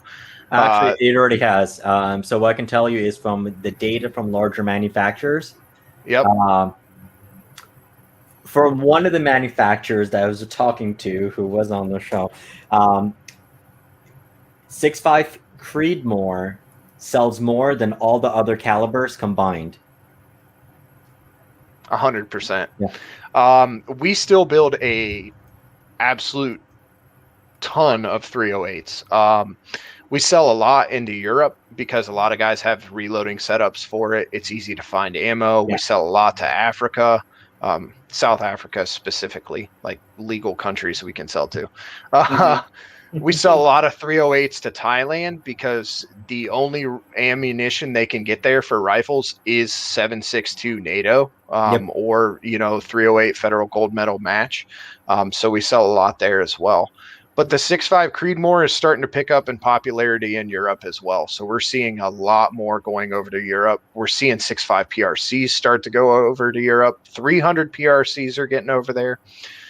On the 6.8 front, I haven't seen too awful much request on that end. Typically, custom calibers lag behind the manufacturer's calibers a little bit. And the reason for that being is bullet offerings. So people are waiting for more and more bullets to be offered. We're starting to see a pickup in some 25 cal with Berger launching a 25 caliber bullet now. Some people are starting to ask for that as well. But I say 25 Creedmoor's been growing in the last couple months, I've noticed. Yep. 22 Creedmoor. We've had more requests for that than we've had in a long time. Because when burning barrels with a 6mm is simply not enough. When 700 rounds of barrel life is too long for you, you can have 400. Now, I can certainly see the barrel manufacturers banding together and doing a propaganda campaign on 6.5 Creedmoor. Good start. 6mm Creedmoor improved it, but what you need is a 22 Creedmoor because it'll solve all the problems. Yep. And by the way, we'll sell you a barrel in a couple of weeks. Yeah, so I get to have that conversation with customers a lot about barrel burning and what people are trying to do with it. I'd say that's the biggest question people have when they get into custom rifles is that they need to ask themselves is, what do I actually want to do with my rifle? Because we get a lot of guys trying to do an all-in-one rifle, and then they want to target shoot with like a 6.5 PRC, and you're like, you're going to be replacing barrels more than you're going to hunt with it. So, your best option is to build a second barrel and a second bolt because you can switch barrels and bolts on our guns to be able to accommodate different calibers and stuff. As far as calibers, we're seeing a lot of 300 Norma mags as far as the hunting game goes. There's a lot of guys building 300 Norma AIs. We're building a lot of 300 Normas as well. And I think it has to do with the fact of very good bullet selection, very high kinetic energy, and you can long range hunt really far out there. Basically as viable as you can get with long range hunting. 300 Norma's going to cover it. So we see a lot of those and a lot of 300 PRCs. But still to this day, as far as hunting goes, guys love 30-06s, they love 300 Win Mags, and they love 300 WSMs. Yeah. Big bullet, get it going fast. Yeah. And one of the things that I always love doing, and we've done it a number of times already during our virtual SHOT Show, is I use the tool Google Trends, and it'll actually break it down based on geography and where and what is popular. And one of the things, like for example, like 350 Legend is very popular in the Midwest states such as Ohio. And then you look at 6.5 PRC or 300 PRC, and those big square states like out where you guys are, it just completely lights up that's where the demand is. Versus in the East, Northeast, yep, still like 308 versus 6.5 Creedmoor is the most popular question that you're going to find. Actually, Ian's not too far from you. He's only one state away. I'm in Ohio. Oh, Ohio. You're close enough. Yeah. Yep. So we use straight-walled pistol cartridges here for hunting deer as well. I think Pennsylvania, you can rifle hunt. You can use bottleneck cartridges. Yep. Lucky. We keep having to like skirt it. Like, we'll build 444 Marlins shooting a 265 at like 2,600 feet a second, just leave a softball hole in them. So one of my friends actually came in the other day, and he's like, I want to build a 1,000-yard Ohio legal deer cartridge rifle. And I'm like, Jesus, what? And he's like, yeah, I want to build something nobody has. And I'm like, dude, we can just do a 444 Marlin and you're good to like 450, 500 yards with good data call, right? And he's like, no, that's not good enough. I'm like, okay, what do you want to build? And he's like, Nitro Express. 458 lot with a 307 grain arrowhead bullet in it.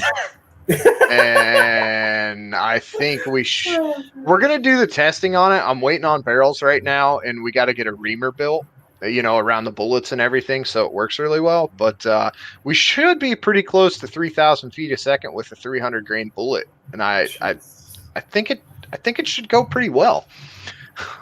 Now, do we have a recoil pad sponsor? Because that would be a good we're gonna put a big break on that son of a gun. My buddy told me he wants to be the first one to pull the trigger on it, and I told him, you are more than welcome to, bud. just sign the release form first. I've shot enough big guns. They don't interest me too awful much anymore.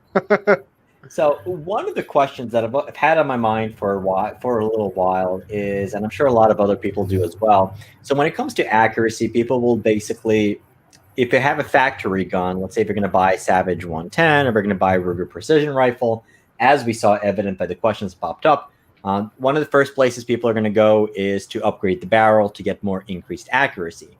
The question is, how much more accuracy can be generated by the action? So is it the action? Is it the barrel? And how does it work?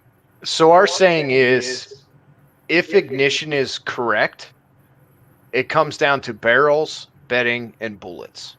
If ignition is not correct, you can spend all the money in the world you want on barrels, bullets, and bedding, and stocks, or any accessories for your rifle, and it's never going to shoot better than what your ignition allows you to shoot it at.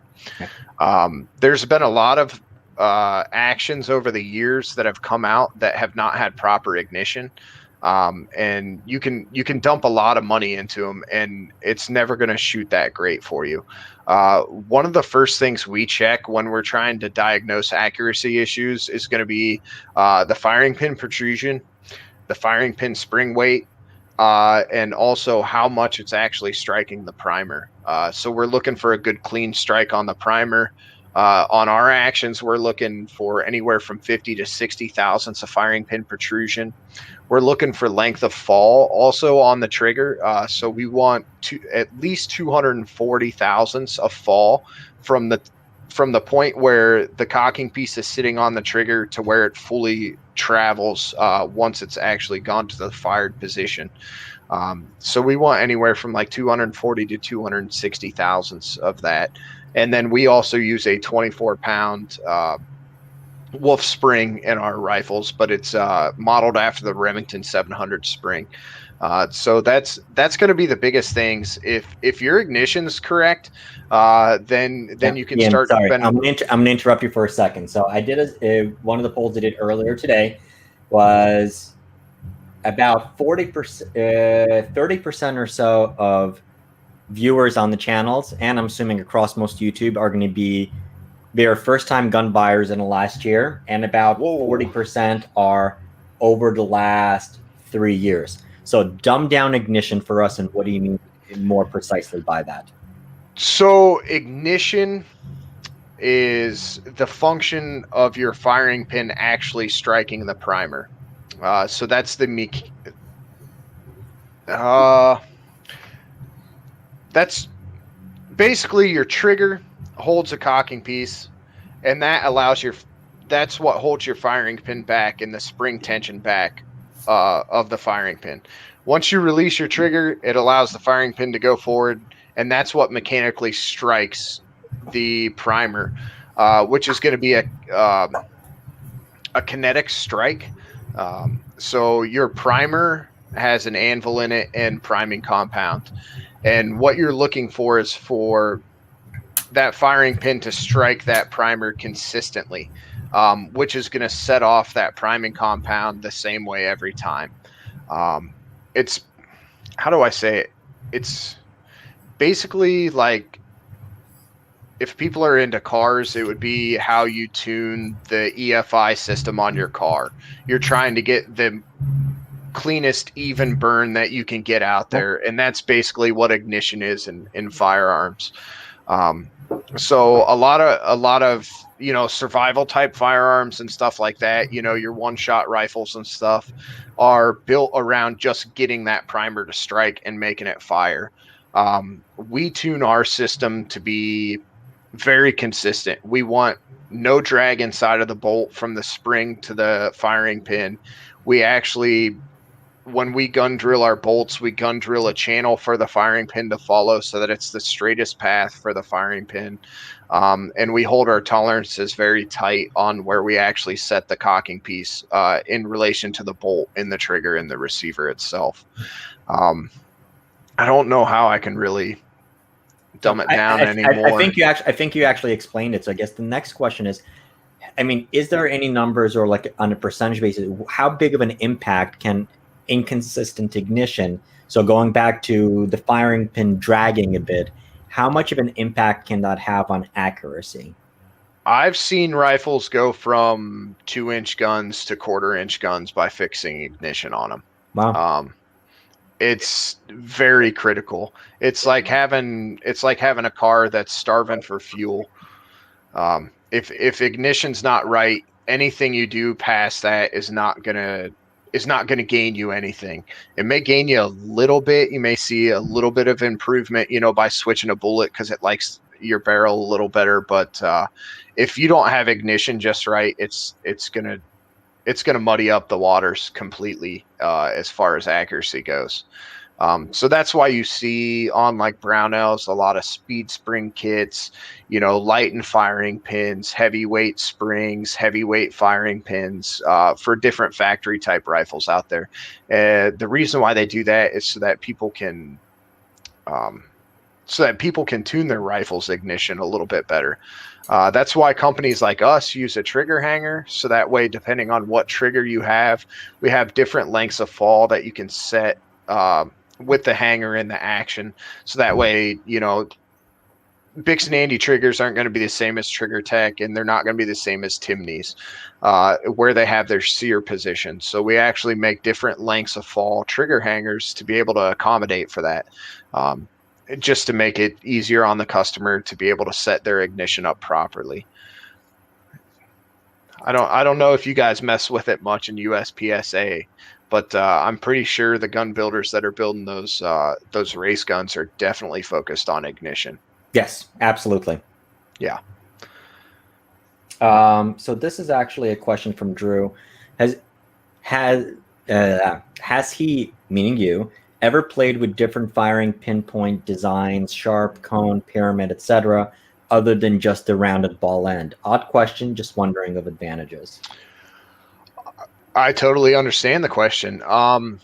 Yes, people have played with that a lot over the years. The best, most consistent one is going to be a rounded tip. So what we're looking for is no sharp edges. You don't want to pierce primers because that'll affect ignition. You're looking to give it a nice cup shape. So we just round the tip of it. We polish it to make sure there's no sharp edges on it. We don't want any points or any deformations on the tip of the firing pin because you want it to strike the back of that primer, which is a steel cup, as hard as possible and to exert all the kinetic energy into the back of that primer. So if it has any sharp points or anything like that, it's actually going to rob it of that, and allow it to pierce through that steel. Whereas you just want it to basically just smack and stop, and it'll leave a nice, perfect little cup shape in the back of it. And also the cup shape will allow you to see if you are overpressured, which you get from primer cratering or flattening of primers. The real thing that we have played with over the years is going to be the tip size. For years, we built bench rest actions with 062 tips, but the problem with that is the tip wasn't actually strong enough. So over time, it would start to bend, deform, or break even, depending on the different types of primers out there. Because like Winchester sells a brass primer, CCI uses a harder steel primer than what Federal does as well. So we have to build our actions to work with the gamut of primers out there. So typically we build them to be able to strike a CCI instead of CCI off as best as possible. But we tend to see the best accuracy. Like myself, I use Winchester primers, and I like it because my firing tip doesn't get deformed or anything because it's a nice soft brass cup. What we settled on is a .068 firing pin for short actions and non-magnum cartridges, and on any magnums or long actions we use an 075 size tip, which is what's standard in a Remington 700 when Mike Walker designed it, was 075 size firing pin. And Remington actually settled on that size, that spring, that weight of firing pin, based around they spent about $160,000 in the 60s researching ignition as compared to mil spec ammunition. So we felt that the hundreds of thousands of dollars they spent, which would be millions of dollars today, has gone the longest. I mean, the 700 is probably the most accurate factory action that you can buy out there. If it's built to their actual specs, they tended to struggle over the years. And like myself, I even suggest guys go buy Seikos or Tikas or Savages if they're starting out, because typically your best money when you're starting out as a newer shooter in precision rifle or even competition is going to be spent feeding that rifle and shooting that rifle and learning everything you need to learn. A lot of guys make the mistake of buying the race car before they learned how to race. Yep. And, so we try to steer people away from that. But yeah, we've played with firing pin tips, and the round ball end is going to be the best, and the 68 for the small firing pins. The small rifle primers and large rifle primers and smaller cases is always going to be better. Very cool. So Drew, I hope you got your answer to that. That was actually a really good discussion point on that. Actually, I learned something there new myself. Yeah. We actually polish the firing pin tips by hand too. You get really good at it. Yeah. So like, and when it comes to the pistol world, oftentimes so depending on if you have like a race gun, like an open gun, you'd want to go with this Federal. Federal was the softer primer of choice. Yep. No one really used Winchester because you have bad reputation in handgun ammo from Winchester.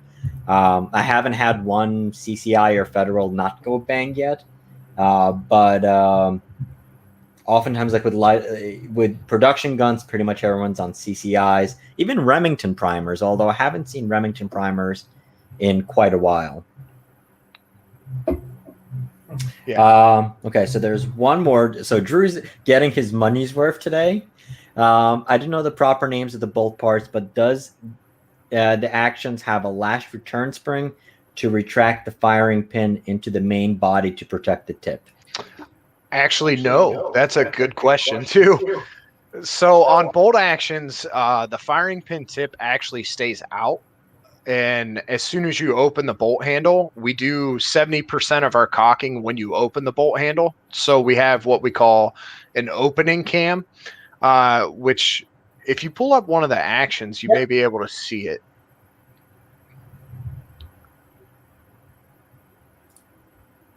That'll work, and scroll down and there should be a bolt picture.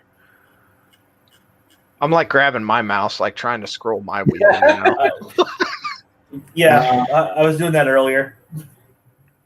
If you go to the picture of behind the action, I can kind of explain it off that one. Yeah, that one. This one? Nope. Two to the right.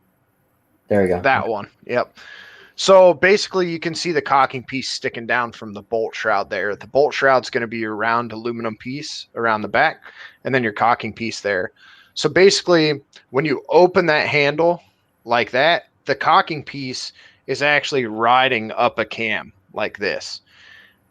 So the cocking piece is fully round on the tail of it, and it rides up that cam, and then once you get all the way open, it comes over and lands on a detent. So that's how we protect the firing pin tip and protect ammunition whenever you're cycling the bolt back and forth on a magazine-fed rifle. You don't want that firing pin sticking out of there because that's how you get a firing out of battery and everything like that. But basically, it's protected once it comes open. It's protected in the gun even after you fire because that ammunition's not moving around or anything like that. Because on a bolt action rifle, a good action with a good head-spaced barrel, it locks up tight like a bank vault.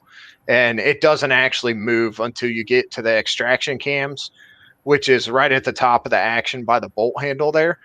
And it'll actually pop that cartridge back about 35 to 40 thousandths when you hit that cam. And by that time, the firing pin's already retracted all the way back into the bolt itself, and can never stick out unless you actually fire the primer or fire the trigger.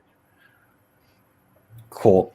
And I guess one of the questions I had before, I forgot to ask you. So I'm assuming all your actions are 2-lug 90s? Yes, they are. Yes, they are. And we're talking about, so it's 2-lug action and it's a 90-degree bolt throw. Yes. We find that it's the easiest to open and close. It gives you the best length of fall. And also, like our Atlas action, the last time I checked one was about 5 pounds, 6.5 ounces opening force. And you think about a 24-pound spring, that's almost a 6 times weight reduction, in our cam. So it only takes you about 5 pounds of opening force to open it, but it's a 24-pound spring that you're cocking. So it's got some pretty good mechanical advantage how we have the cams designed in that action. And speaking more about the actions, can you talk about whether the pros and cons of having the recoil lug integrated as part of the design, or having it pinned on along the same lines? If you're going to CNC an action, why not just CNC in a rail into it as well? So good question. Ease of manufacturing is going to be the biggest thing. Round bar stock is very easy to find. So like this receiver here is machined out of round bar stock. It starts as inch 365 round bar stock, which is super easy to find in 416R because every barrel maker out there uses it. So we machine the outside profile after we gun drill the center hole in it. So we'll machine the outside profile to the inside hole. So that way everything's dead straight. It's much easier to machine a receiver like that in a traditional lathe as well, because typically your chucking fixtures inside the lathe are made to fit around round parts. Manufacturing an integral action is much more difficult. We have specialized fixtures to cut all of our square actions.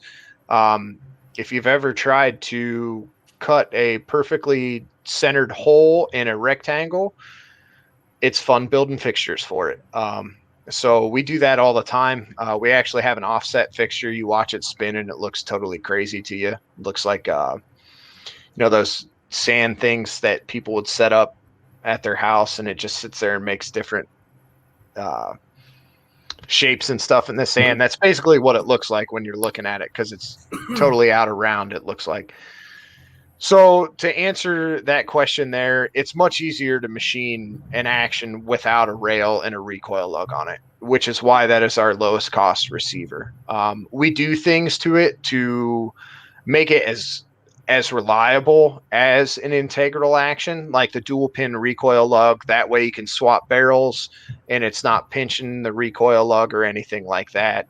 That's why we use an alignment pin and 840 screws on top, is to reduce the chances of that base coming loose or moving around, shifting on the rifle. But yes, in a perfect world, an integral action is always the way to go. Reason being, you don't have to worry about base screws coming loose. You end up with a longer thread tenon. There's less headspace variation on them as well. Because anytime you add parts, you add a phenomenon called stacking tolerances. So say if I hold the recoil lug to 1/2 thousandths, I hold the action to 1,000ths, at most you can see up to 1.5 of variation in it. The more parts you stack on it, the more tolerance that you can stack as well. So an integral action is always going to be the best out there that you can get. Cool. So then, see what you did there, Slav Guns. Now I want one of these rifles. Now, what is Kelbly's lead time of shipping to my FFL? I realize this is an abstract question, so I guess if we can talk about the order process. If somebody should order directly for you or try to go for their local FFL, and roughly what the lead times are, and I guess along the same lines, what, if anything, can be customized to preference? Okay, so typically on our most popular items, Atlas Tactical Action, is going to be a right 308 short action. I mean, that's like 70% of them that we sell.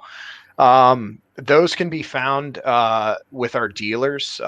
We have bugholes.com, we have bulletcentral.com, we have Precision Rifles, and then we have a slew of other custom gun builders out there that are using them as well.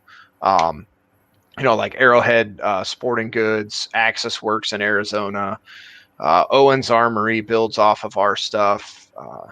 My goodness, I can't even think of them all. It's kind of difficult. Everybody that buys our actions, thank you. All of our dealers, thank you. I'm sorry I didn't plug you. I don't have it in front of me. I'm at home. But typically, if you want to order a custom action from us, give us a call. My brother, myself, my father will answer the phone. Lead times right now on receivers are about 12 weeks. That jumped up. We were about 6 to 8 weeks just a month and a half ago. So we've been absolutely slammed with orders this month. Doubled our lead times. Rifles right now, Koda rifles will be back in stock in about 3 to 4 weeks. We're working on getting more stocks bedded and actions made for those. The Neeks Elite rifle is probably about a 3-month wait right now. We have some chassis in stock. We got to build a action for it, and then we're waiting on some barrels from Krieger right now that are supposed to be here in the next couple of weeks, so that we can keep building those. Neeks rifles are about the same 3-month time period as well, and then our fully custom stuff, like our Arcus series of rifles, which is all of our custom stuff, is pushing more like 6 months, because to get a barrel blank right now is about 5 months. So funny story about the Neeks rifle. That's the XLR carbon chassis, Okay. which is no longer available to the public. So if you want one, you got to buy a Neeks rifle. Yeah, they're not. They discontinued that, and they discontinued the Evolution series, which is the aluminum handguard, which is the one I have my 300 PRC built on. Yep. Yeah, I was kind of mad about that when I found out about that one a couple weeks ago. Actually, Matt just called me about 2 weeks ago to let me know that, and I was pretty happy about it because we've had the Neeks rifle out for I think about 3 years now. I think it was 2018 or 2019 we launched it. So it's kind of time for an upgrade. You know, that's why we did the Neeks Elite. A lot has changed about competition. A lot has changed in manufacturing processes as well. But you're never going to beat that sweet look of a 360-degree carbon handguard on the front of a rifle, man. It looks awesome. Like, still one of my favorite looking rifles we build today just because of that. You know, it's just totally unique. It looks cool. It totally goes against the trend of add weight, add weight, add weight. Well, that's what I forgot to say about the Neeks Elite rifles. So that daggone thing, once I got my Vortex Razor Gen 2 on there and the entire weight kit in it, that thing was like 23.5 pounds. And I was like, no. I pulled all the weight kits off because I don't like it. But, you know, if you're a customer that's looking for that, you know, our short action model is 19 pounds with the weights installed with no optics and no rings on it, no bipod, loaded mag or anything. And the long action is 19.5 pounds. So it's right there where guys kind of want it. Do you foresee, I know it's a touchy subject with a lot of people, but do you see yourself going into the PRS production division? So we've seen the Ruger custom shop production. Then who was it? Somebody else made a $2,500 gun. You Savage, got the 110 Elite. No, not besides Savage. It was MPA. Yep, MPA's very focused on that. That's probably one of the best rifles for it. And then you got GA doing the PPR as well. Okay. That's another great rifle for it. No, I don't see us going into that production division. I don't know if there's a big enough market for it. We basically did it with our Koda rifle. That's a $2,500 gun, so you could shoot that in production division. But honestly, we love the shooters in the PRS, but we don't sponsor anything PRS. Yeah. So I gotta say, I'm kind of biased to the NRL. I helped start that with Travis and Ty because the guy before Shannon basically told us to take our ball and go home, so we started our own thing. What are the major differences between NRL and PRS? So the NRL is a nonprofit. Okay. We focus heavily on the shooters. Rather than being one of the 100 sponsored. Yeah, we really focus on giving value to the sponsors too. So we broadcast every one of the matches. You know, Travis is out at every match filming, taking photos, posting on social media. We wanted to build a community. That's what the sport started as. You know, when I started running around the PRS in 2013, 2014, it was just a group of guys that got together that wanted to shoot long range. And then it became a giant monster that just grew super fast. And now there's hundreds of matches across the country. And to be honest with you, for small companies like us, it's super hard to sponsor all of them. So we have to be very pinpointed what we sponsor and how we sponsor. You know, it's tough for us to have a range that we work well with, that we know puts on good matches, call us and ask us to sponsor a PRS match and us to say no. But, you know, at some point in this world and in this environment, companies have to take a stand. And if you don't agree with something that's going on out there, you have to take a stand against it. And that's kind of what we're doing right now. Absolutely. But from the rules perspective, so I mean, most people have heard of PRS. I know NRL, not as much. I mean, they've probably heard of NRL 22, and that was the first big 22. Yep. That what was funny is we were like, man, this may take off, and it ended up like 3 times in the center fire game in a year. So that was pretty cool to see. I mean, watching families come out with their kids and teach their kids how to use their rifles properly and how to use them safely, and to go out and have fun and plink steel at 100 yards with a 22. I mean, there's nothing better than seeing a mom and dad, you know, showing their kids how to do that and having a great time with them. So that's that's really what makes it for me, is seeing families get into this and become more proficient with firearm safety and more proficient with long range shooting. Teaching their 8, 9, 10-year-olds how to be proficient with firearms. I mean, myself, I bought my kids some Savage Rascals when they were 4.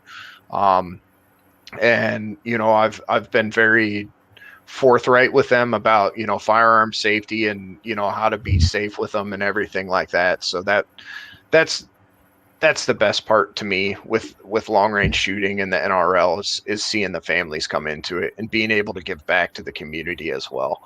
Now, I do have a question for you, Ian. Mm-hmm. Are you guys planning on building a 22 action? No, we used to. Okay. We used to build a single shot 22 action called the Swindlehurst. It was designed by a guy by the name of Vic Swindlehurst in Canada. We built it. What? That's not a bear. No. That was the only one. And it was called the Swindlehurst just because Vic designed it. He asked us to produce it for him off of his design, and we did. We made about, I think, 120 to 150 of them. And they're like gold if you can find them. If you can find a Swindlehurst action out there, it's probably selling for $1,800 to $2,000. It's absolutely amazing. Well, I figured I'd ask with the growing trend of NRL 22 and companies like Voodoo Gunworks and stuff like that making a 700 footprint action, and then Bagara doing a 22 footprint action. I just didn't know if you guys were going to jump in that game too. No, I mean, there's so many people involved in it now. We try to stay in our lane and focus on what we do the best. So when we did make a trainer rifle, we made it off of an Anschutz barreled action that was already existing and put one of our stocks on it. And it actually ended up winning the NRL 22 Nationals the first year. We unfortunately don't make that anymore because they discontinued that barreled action and they launched a new barreled action. And we just didn't have enough sales in it. So we want to focus on our core, building actions, building rifles, and we know that we do center fire really well, and that's what we want to focus on. And we're not a huge company, so for us to be able to break out and keep trying to chase what other people are chasing is not in our best interest, and it's not in our customers' best interest either. So I say go buy an Anschutz because they're awesome. I got one in the corner over there. Thank you for not handling it live. So here's a buying question for you. So it looks like you're about to sell a gun. On the Nix Elite series, I'm going to standardize all my rifles these days and staying with 6.5 PRC. Is that offered in 6.5 PRC as per the Magwell AICS, or the future maybe? Okay, so that's a two-part question, I guess. So is it available in 6.5 PRC? Of course. This was actually one of the questions when you're talking about stuffing a big cartridge into a short action. So the first commercially available 6.5 PRC was the Ruger Precision Rifle. And that is its own size. And that basically needed its own separate magazine, which was an AICS without the binder plate on the side. And so it looks actually, and I just did a video with the Mossberg Patriot in 6.5 PRC, which fitted into a shorter standard sized action. So what are you seeing with that? So our Koda is built on a short action, and we use the Accurate Mag 300 WSM magazine, which has no binder plate in it, like what you were talking about. It works very well for factory ammo. We test all of them with 147 ELDMs, and they fit, they work. It doesn't give you much room to play with seating depth, though.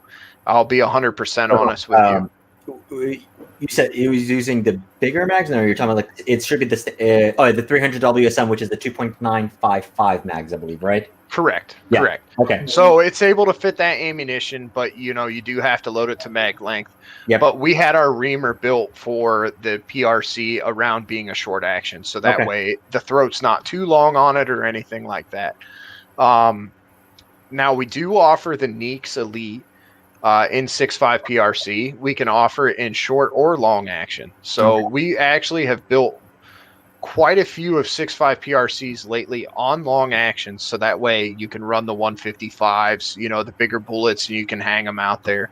One thing we even offer to customers, if you have a specific cartridge and a specific bullet that you want to use, you can actually take a virgin piece of brass, take your bullet, put a drop of super glue inside of the neck on 2 sides, seat your bullet exactly where you want it. We'll throw your barrel exactly to that cartridge and your loading depth that you want it at. So that way you can, that's one nice thing about being custom. You can set all that stuff up yourself.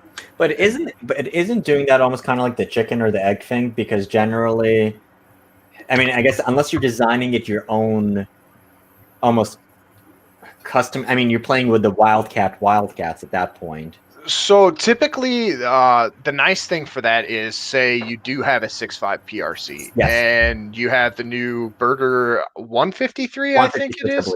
I think it's 156. Yeah, the 156 Burger. What's nice for that is you can set it up that your, like, say this is, your neck of your cartridge. You don't want the boat tail or the bearing surface down past the neck of that cartridge.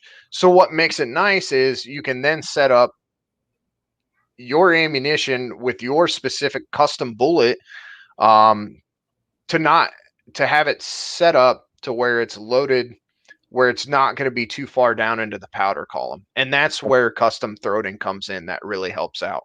Yeah, it is a 156. Nice. Yes. They do have a 153 too. Yeah, they have 153.5, which was the hybrid that they came out with. And I think this was the newer one, the Outer Limits. But interestingly, though, this has a lower BC, the 150, than the hybrid bullets from Burger are probably some of my favorite to load. I actually use the 130 AR hybrid in my 6.5 and absolutely love that bullet. I'm a Hornady fanboy.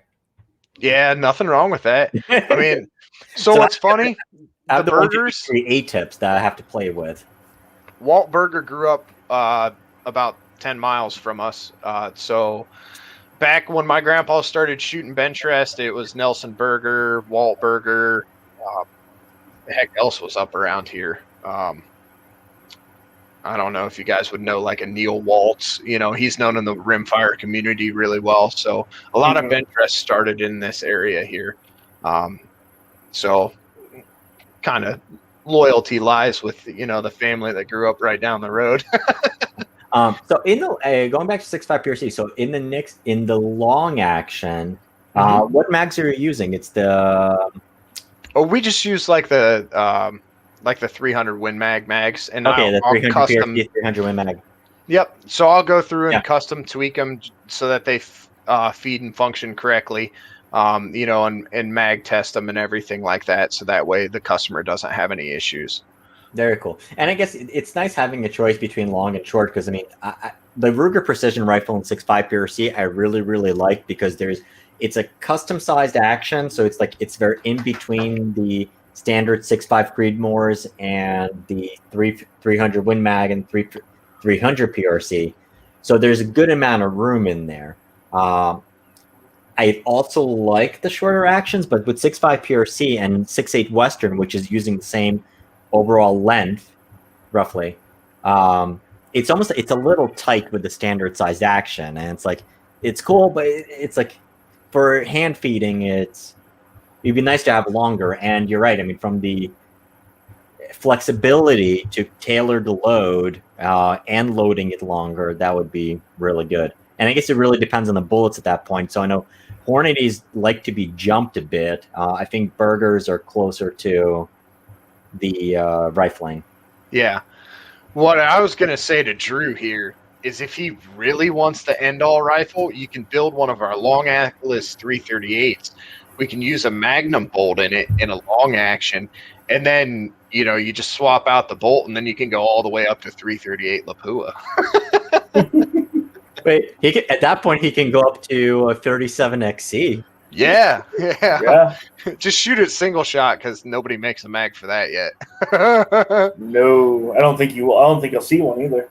All right, that is again wonderful. I'm sold undies. This will be my Cadillac and my RPR will be a fun unit. Now, which rifle I install my soon-to-be one Element optic scope?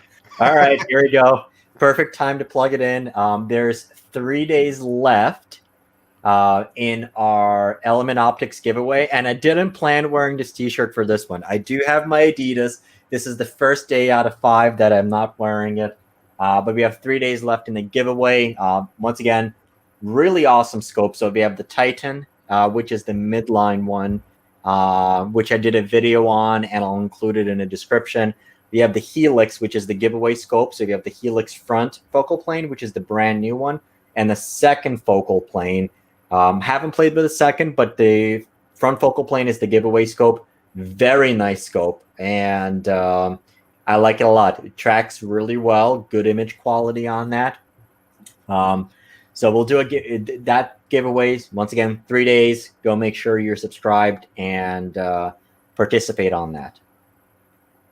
And maybe Drew's going to win it, but maybe somebody else will as well. But I will try to see if we can get one more. I don't know. Look at the comment that just popped up from Ryan. Looks like we're going to have a gang fight in the chat room. Ryan, thank you for joining again. You guys all know you want the right on. Come on. No. When we go on your channel, hey, although Right-On makes a good scope. They make decent scopes. I haven't played too much with them, but if Derek says we're good, we're good. Very cool. I'm shooting three quarters of a mile with my 338 with one. So, all right. So here's actually a question for you, and this I'm glad that you're here because we can bring this on. One of the things we've been discussing along with our friends Alex, Affordable Optics, and even the Dark Lord of Optics himself, Mr. Ilya. Actually, Ilya, Mr. Dark Lord of Optics, is over the last, I would say, 5 years, and in particular the last 3 to 4 years, with, I guess, for outsourcing, we're able to get really good quality scopes at very reasonable prices. Yes. Prime example would be the Vortex Strike Eagle, probably the leader in the sub $400 space. This guy, the SH4 Gen 2. The Helix, from the tracking perspective, is terrific. The Titan is a very nice $800 scope. Do you see any trends like that coming to the precision rifle world, or can anything basically be done, or has that already occurred and just been unnoticed? So I don't see anything like that coming because firearms have an 11% tax imputed on them that optics do not have.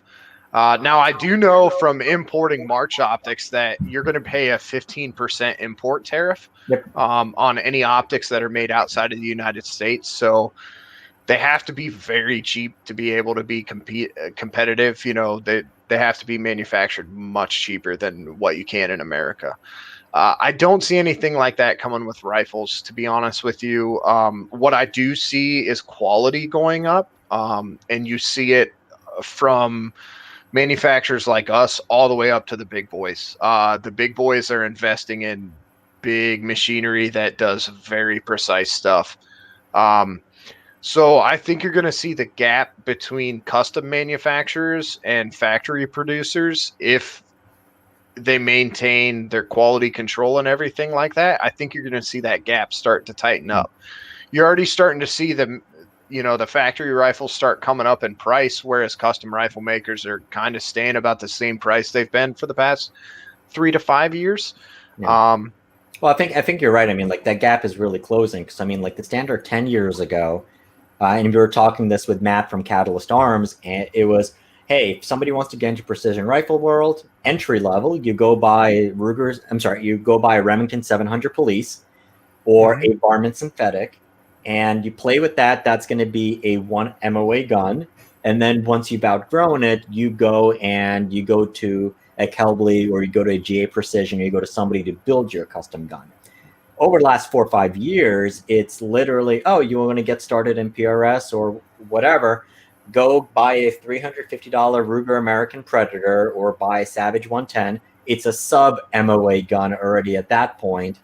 So it's closing up. I mean, you're not going to get all the options, or you're not going to get all of the features, but it does seem like, and Remington kind of fell away by the, I don't see anybody recommending somebody to go buy a Remington 700 anymore.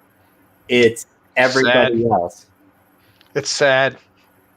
It's an American icon. I mean, in firearms, it's definitely an American icon, and it's kind of gone by the wayside. I think there tends to be in America too much greed anymore, too much desire to get bigger than what you're able to be. I mean, we constantly have to tell ourselves not to grow too fast. We want to organically grow and slowly build it, build our employees, our team members, slowly with it, so that way they learn along the way as well. And I think it seems like too many people are just too quick to pull the trigger on the big deal anymore, or, you know, to have somebody swoop in and go, I'll give you $10 million for your company, and they're gone instantly. Not a lot of people have passion anymore. They're looking for the big payday. And I think Remington got wrapped up in that. They looked for the big payday. They got way too wrapped up in Wall Street, and it really affected their quality. Over the last few years, their quality steadily went down and down. Whereas Mossberg was going up, whereas Tikka was going up, Seiko was going up. Then you had Vergara come into the market. I mean, there's just so many people out there that are building good stuff now. And there's a lot of box type custom rifle makers out there now. I mean, you saw Seekins come out of nowhere with their Havoc rifles. You got Fierce Firearms with their stuff. Christensen Arms launched some good stuff. Proof launched stuff. Nosler. And then you have us launching our Koda for $2,500. So, you know, you see the market changing a lot in that manner. And you see custom rifle makers like us starting to figure out ways to find parts cheaper and invest more money in buying quantities of parts to bring the cost down for customers. So along the same lines, I mean, how would you recommend somebody decide between going with, or I guess at what point should somebody be considering either a standard offering, such as a factory 110 RPR, whatever, I would say a semi-custom, which is one of those check the box, let's say the Fierce rifles or the Christensens, or even like the Savage Elite Precision, the Ruger Custom Shop rifles, and then going to someone such as yourself or a GA Precision who can basically, here's what I want, build it for me. Honestly think that point comes about maybe 2 to 3 years into your journey of precision rifle. Once you've figured out how to set your rifle up for loads, figured out how to reload, know how to use all your instrumentation properly, you know, if you're using a Kestrel or you're using data books or you're just using the good old go out to 700 yards, figure out what your call is and write it down in a notebook and go that way. Once you've gotten to the point where it feels like your rifle's holding you back, it's going to be that time. And typically it takes about 2 years for that to happen. You know, I mean, I've seen some guys go from box rifles to a custom rifle in a year, but they were super gung-ho about it. They shot thousands of rounds that year. You know, they burned out a barrel on, you know, a Savage rifle and 6.5 by 47 or something like that in a year. And then they were really ready for it. It depends on, you know, really what your desire is as well. You know, a guy buying a first time rifle is not going to be a great fit for a company like us or any other custom maker, because they don't generally know exactly what they want.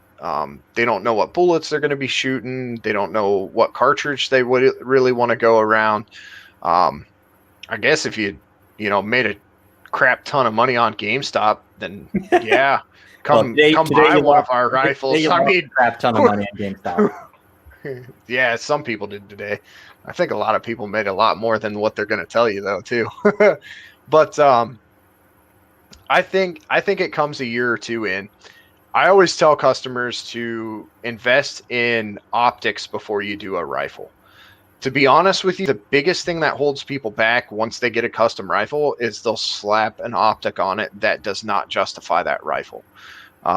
Typically, I tell guys to spend as much on an optic as you do on your rifle. Going to if you really want to compete in PRS, NRL type stuff, or even bench rest type stuff, you're going to be dropping at minimum $2,500 on a scope to be able to do it. And then all the way up to like the Tangent Thetas, which are $5,000-$6,000 now. So that's one thing I always struggled with the most is, I tried different optics over the years. I had some that walked point of impact. And when you're spending $2,000 a weekend going to a rifle match and you got a $3,500 scope that's not tracking properly, it typically gets broken. But I would say a year or two in, spend your first year learning how to shoot your rifle, learning how to take data, learning how to clean your rifle properly, how to care for it, learning the basics behind reloading, and spending money on getting your reloading setup going. Because to really utilize a custom rifle, you're going to have to hand load. There's some box ammo out there that'll do it, but each barrel likes different bullets. Each barrel likes different powder loads. So it's really, to unlock the custom stuff, you got to unlock the knowledge inside of yourself first. Very cool. And I think that's really the key. I think the one point I completely agree. I would say the only thing I would add to that is you have to be honest with yourself, because I know a lot of people who are kind of getting into it is like, oh, well, it's the gun holding me back rather than you as the shooter not being able to fully use it. And once you get to the point where you're able to, you can call your own shots, and you know your potential, and to know for a fact that it's the gun holding you back rather than you and your trigger finger. It's 90% of the time it's the nut behind the butt. All right, so Drew's ready to buy a rifle, except he has one request. Anything in pink?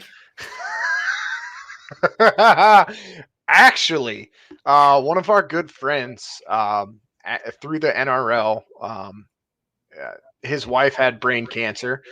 We built a gray and pink rifle stock for brain cancer awareness, and it looked awesome. So yes, we do build hot pink, and we can make hot pink stocks, and we can Cerakote any color you want. I bet you didn't expect that answer. Told you, Drew. I know somebody who's like right there on the screen. He's eating crow right now because he said no. So one of the companies you brought up was Tika. So it's 100 years of slow growing, of course, now owned by Ruger, some massive mothership. It's not Ruger, I believe it's Seiko. Yes, but they're all under Beretta. Yes. And Beretta bought Victrix as well. Yes. Okay. Yep. Yep.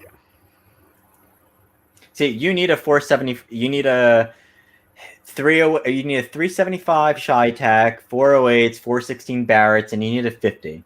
You need to have like a large receiver. 2022. Maybe someday. I mean, with the massive growth of ELR and now King of 1 mile, King of 2 miles. So I'm not sure if Derek told you or not. So one of my challenges, one of the reasons why I'm looking at 37XC. So this summer I am flying out to Russia to go shoot King of 1 mile. And since I'm there and it's the next day after, I'm going to do King of 2 mile as well. Whose rifle are you shooting there? So for which one? For King of 1 mile and 2 mile in Russia. So basically talking to a couple of things in it, but I wanted to have something built in 300 PRC. Okay. I love the caliber, and I think so. I mean, I've shot 300 PRC Ruger precision rifles out to 2,400 yards. Mm-hmm. And King of 1 mile, we're only shooting out to a little bit past 1,900 out there. Okay. But I really wanted to have a nice gun. Well, I didn't know if you were going to be shooting like Russian manufactured firearms there. So there's actually a couple of companies in Russia who are getting into the ELR game, but honestly, most of those guys they're shooting American-made guns. Victor. Really? Oh, yep. Yep. Yeah, importing guns. So believe it or not, going to Russia for a hunt or a match, importing rifles for us there is super easy. And most of the people, they'll sponsor all the paperwork. You have zero issues. Handguns are an issue, but rifles, not at all. We actually get a lot of people that come to our bench rest match from Russia every year. Yep. And yes, Russia used to be one of our large markets before they started restricting firearms to there. And then eventually they all out banned us being able to export firearms there. Interesting. Yeah. So I know one of the big shooters there, I mean, he shoots a custom gun just made in the States. If something possibly might have changed recently. But no, most of those guys, I mean, they're shooting Barretts. They're shooting, I saw one GA gun. Another builder out of Texas. But they're all over. I'll send you links to those. I mean, check him out. And I know Derek doesn't speak a word of Russian, but soon he will, because I send every single Russian King of 1 Mile or King of 2 Mile video that I send. He watches it, and like I said, the growth in precision I love it. there is There's so much fun to insane. watch. Well, Laboyev Firearms Yes, over there? Yep. Yeah. He actually spent a week here with us years ago when I was in high school still. So I met Vlad before he ever even started his firearms company. It was pretty cool. Yes. So he's actually making improvements. I have the browser up on my other monitor. But so you have like maybe like 10% of the people actually shoot Russian-made arms in those competitions, but most of them are actually shooting our guns, and it's weird. It's almost like the same thing. Like even in 3-gun and USPSA, well, IPSC over there. Yep. Right now, the hot trend in the States is AKs. The hot trend in Russia is ARs. So it's like, and now we're even producing ARs domestically. What's hilarious to me is like we're not allowed to export to Russia anymore. But daggone it, do they get those guns there somehow? They get them from one place Europe. or another. Oh yeah. They get them from Europe. Yeah. Yep. All right. So Derek is walking around. Okay, he's back. Okay, so that was that. There's actually another question. Well, I see a lot of comments like Drew's gonna be broke here soon because he's gonna have to have his wife made a rifle. I see a question on barrel tuners. Rubber to metal systems. I myself personally have never messed with barrel tuners that awful much. A lot of bench rest guys use them. Most of the guys tell me that they use it to keep their load in tune longer, but they don't actually tune their rifle with their tuners in high-end competition. The PRS guys are just starting to get into it. The F-class guys are starting to get into it, and it's becoming very popular. I myself don't use a tuner because I use a suppressor, so I'm gas tuning, whereas they're mechanically tuning with weights. And so I would say along the same line. So Dave from Dave from Long Shot Precision, who makes the adjustable bag riders, which I love, by the way. So he was planning on coming on, but he couldn't. Go check it out, adjustablebagrider.com. But I got to play with, so discussing the King of 1 Mile idea with him, there's a couple of actions I was interested in, and he had a number of them for number of guns I've shot, some that he just built, and on his F-class gun, one of the things he just added, and he's actually a pretty big deal shooter in F-class, but one of the things that he just added was a barrel tuner on there. And so he's adopting it as well. Probably an EC tuner from Eric Cortina. Yes. Yep. I believe so. Yep. I was actually going to do an EC tuner on the 338 AI build, but I don't know yet. I'm still debating.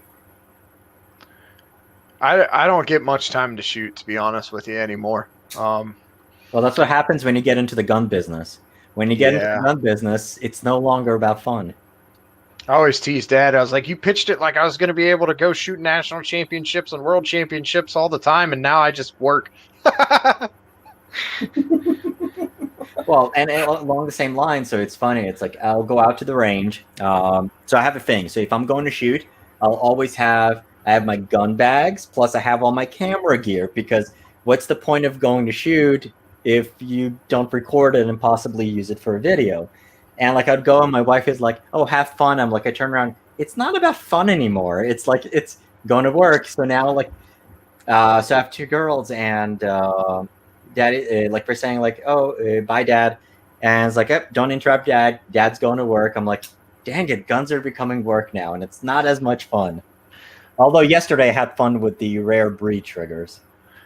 I still have fun shooting when I get a chance to shoot. I love going out and seeing everybody at the matches. It's just awesome. But what I do for fun, I go ride my side by side a little bit, or I hang out with my family, and that's about it anymore. That Dad always told me, you wanna ruin your hobby, make it your job. And he was 100% right on that one. Absolutely. It's because USA wants Russian stuff and they are inverse. Absolutely.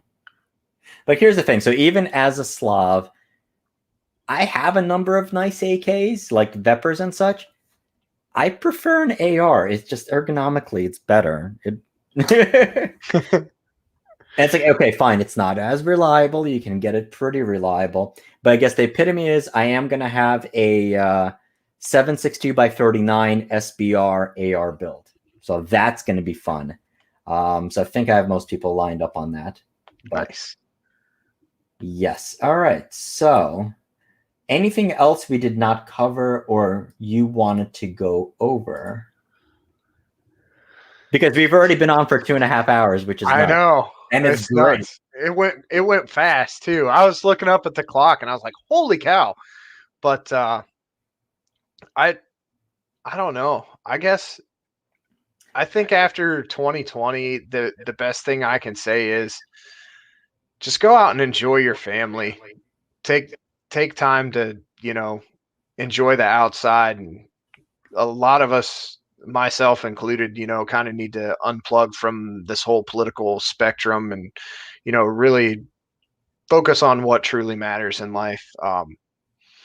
I want to thank everybody that's, really helped grow our business over the last couple of years. All of our dealers, our distributors. I mean, you guys are awesome. Daggone rock stars out there selling lately. And, I thank all the consumers out there that have bought our stuff, all the amazing people I've got to meet over the years, the crazy cool places I've gotten to go, just because of firearms.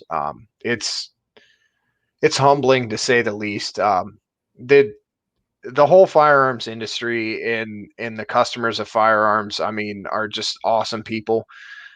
Most of the time when I go out and meet somebody, they truly care for other Americans or other people of other countries more than themselves most of the time. Like the people in, the competitors in NRL and PRS and, F class, bench rest, truly care about growing the sport and truly care about getting new people involved in it. They care about teaching people the right way. And, with all the new gun owners in America, I think all of us need to take some time. And if we see somebody struggling at the range, actually help them out, because, that person may turn into the happiest person being in firearms. They could turn out to introducing 15 more people to it.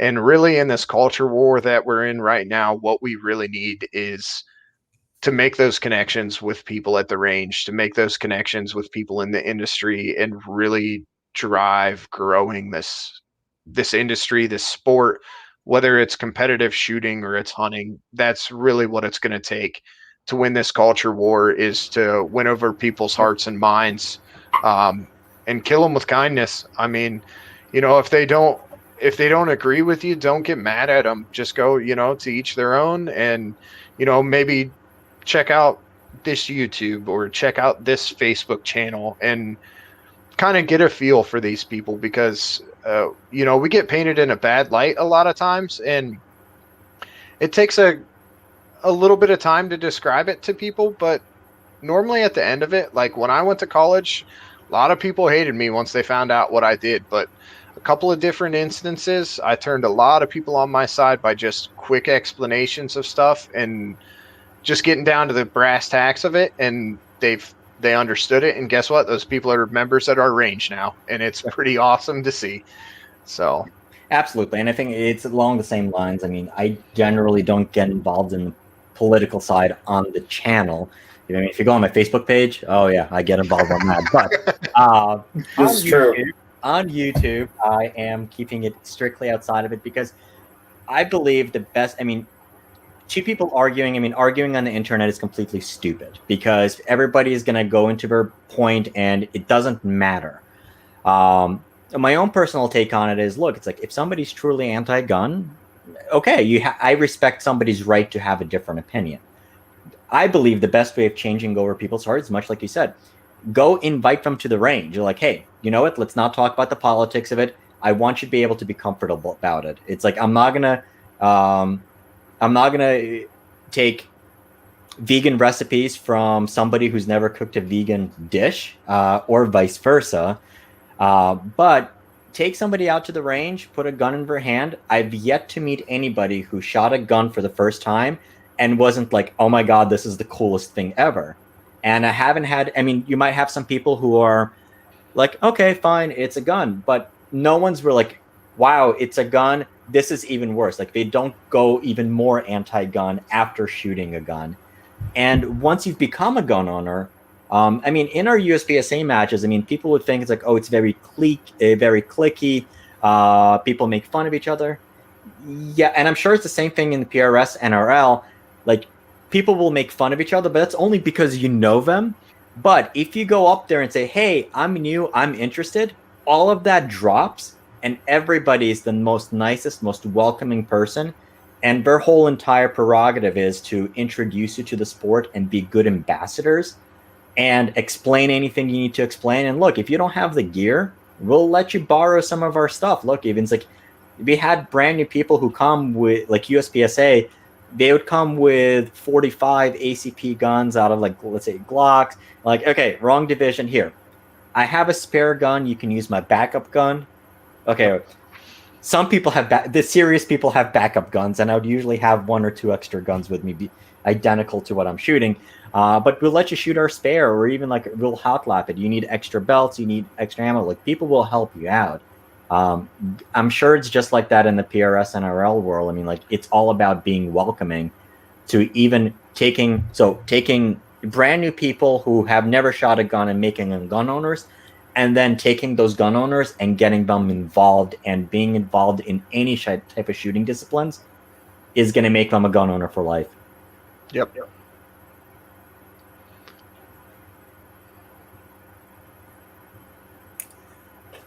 We're separating Drew from his money. Well, I don't gamble ever in this whole PRS sport.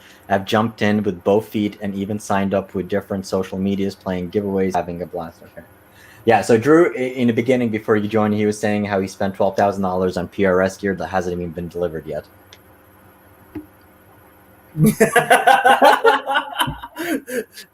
That expression was priceless right there, Drew, and that was free of charge. That would be a great thumbnail. I get made fun of because I have a Prometheus to load on, you know, so I get it, dude. What's funny is that's the name of my project for my PRS/NRL rifle is Prometheus. Is it? Yeah, because it's black and red. So we got the Prometheus and hooked it up to our Dylan reloading setup before they ever came out with the FX120Is and the auto tricklers and all this stuff, you know.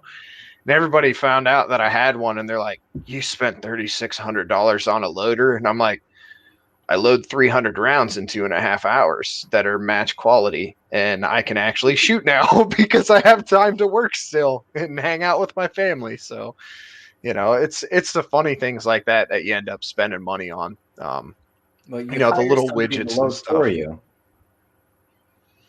No, you know, my wife will come up and help me sometimes, or my kids, you know, want to help me and stuff. And I'm like, nah, don't touch my ammo.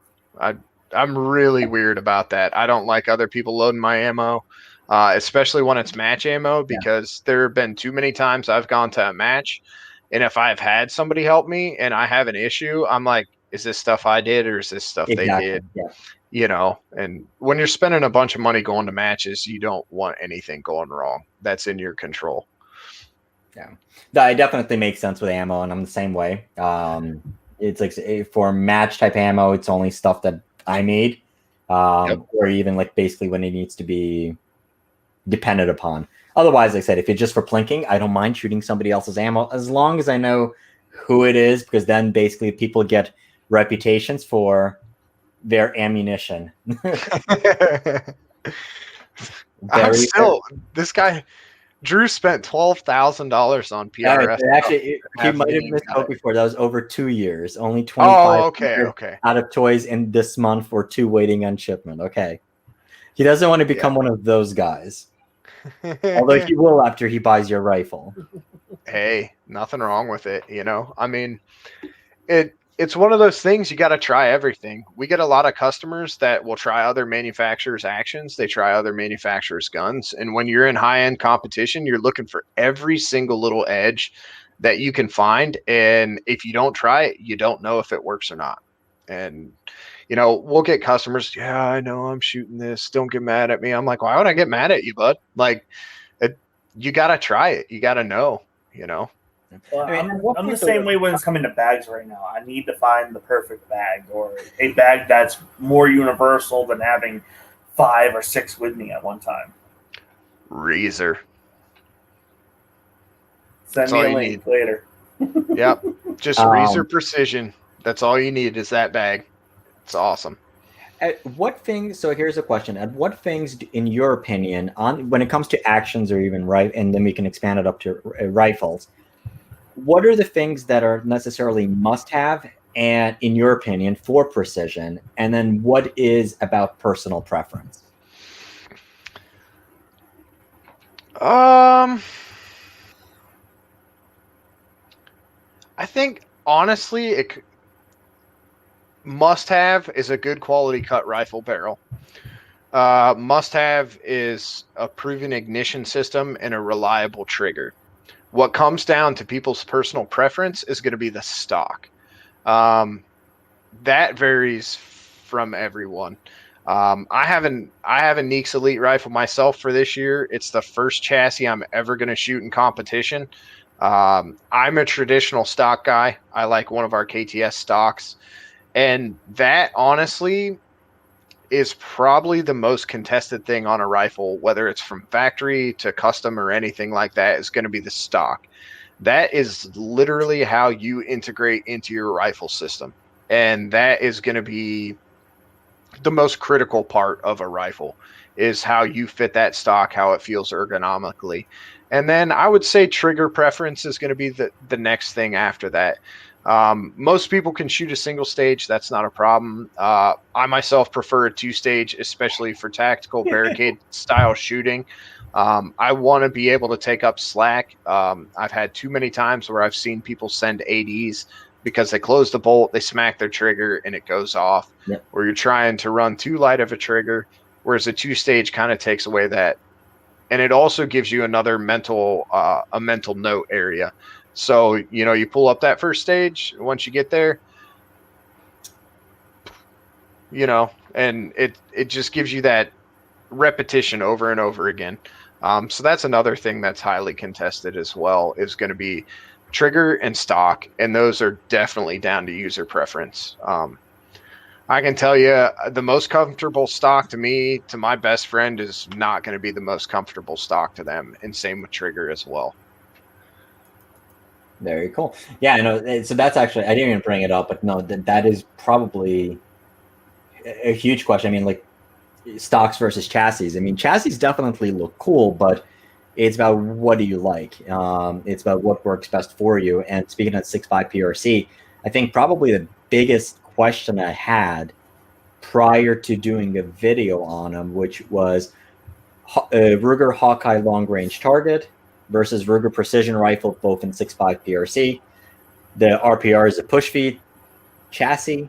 the Hawkeye is a controlled round feed laminate type stock, and it's like, well, it's about whatever your preference really is at that point. And it was interesting. So even during a media day, when we were shooting the guns back to back, like you'd spend half a day with the Hawkeye, then you'd spend half a day with the Ruger precision rifle. And it's like a lot of people kind of like if you just put them up next to each other, people 9 out of 10 would probably say they would pick the chassis because it looks cool, it looks modern, it looks like they would see something that they see on TV. But when you spend time shooting them, like my own personal preference was for the Hawkeye, because I didn't like the dongle. I like the trigger a little bit better. I don't like the safety blade type triggers. The stock just felt a little bit more warmer to me instead of just having metal. And I like controlled round feed actions for like that particular application. But once again, it's about personal preference. I mean, like that's my opinion versus somebody else's. Yep. I think a lot of people, when they get started in precision rifle as well, end up spending too much money on the widgets that are out there and not spending enough time focusing on breathing, on trigger brake, on, how to properly align your target and incorporating that with your trigger brake and your breathing regiment. Like I still to this day try to shoot every stage that I can with one bag and a bipod. And the reason being is I know if I'm going to use this ever in a practical situation, I'm not carrying a tripod. I'm not carrying all this other gear. I'm not going to have a barricade stop. I'm not, I'm going to have a bag and a bipod, and that's it. And, I do a lot of this more for me being able to go out hunting and stuff like that whenever I do go on hunts. And, with that, I don't carry a tripod around or anything. So one bag and a bipod. And if you can kick some butt with that, like you're going to be real good when you get the widgets out. Absolutely. So here's another personal preference item, but I definitely think there's a right and wrong depending on the situation. And Drew, just because you've been good and you've helped support the channel quite a while, we're going to address this one. Otherwise, I would say you should know the answer to this by now. Front focal plane versus second focal plane scope for center fire and rim fire. Why and why second focal plane scopes even still around? Seems like front focal plane is the direction all is going now. It depends on the application. First focal plane, I'm always going to choose for NRL, PRS style shooting is going to be first focal plane. Anything that you have to have rapid targeted acquisition, anything that you're going to be changing a lot of distance with, I want a first focal plane scope. So that way I know exactly what my subtensions are no matter what power I'm on. Second focal plane comes into play more for bench rest style shooting. More for hunting. That's the most preferred hunting scope out there because then the reticle size doesn't change compared to your power variation. And then F-class. F-class, they use all second focal planes, bench rest, second focal planes, because it's not critical what power you're on and your target distances aren't changing. I myself, even for hunting, I use a first focal plane for hunting just because I'm so used to it now. But super high precision stuff like F-class, bench rest, what ends up happening, you run up the max power, reticle covers too much of the target, and it's not accurate. As for example, I took my NRL competition rifle.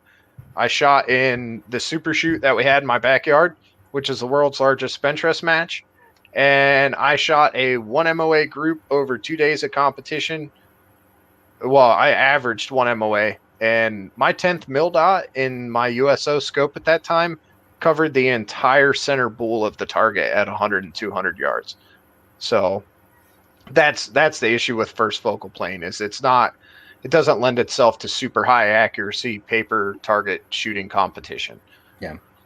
And this also even can be extended to mils versus MOA. And when you go into, I guess, as you're off the ground and off dynamic and you're going more to a bench type situation or even like F-class, it's pretty much MOA because you have finer adjustments between them. And I guess what I would add to that, I mean, it's interesting. I mean, I guess hunting is one of those places where, depending on the type of hunting possibly that you're doing, there's still preference that you can make the decision between front focal plane versus second focal plane. I guess more modern type hunters or extended long range hunting, you'd want for a front focal plane scope.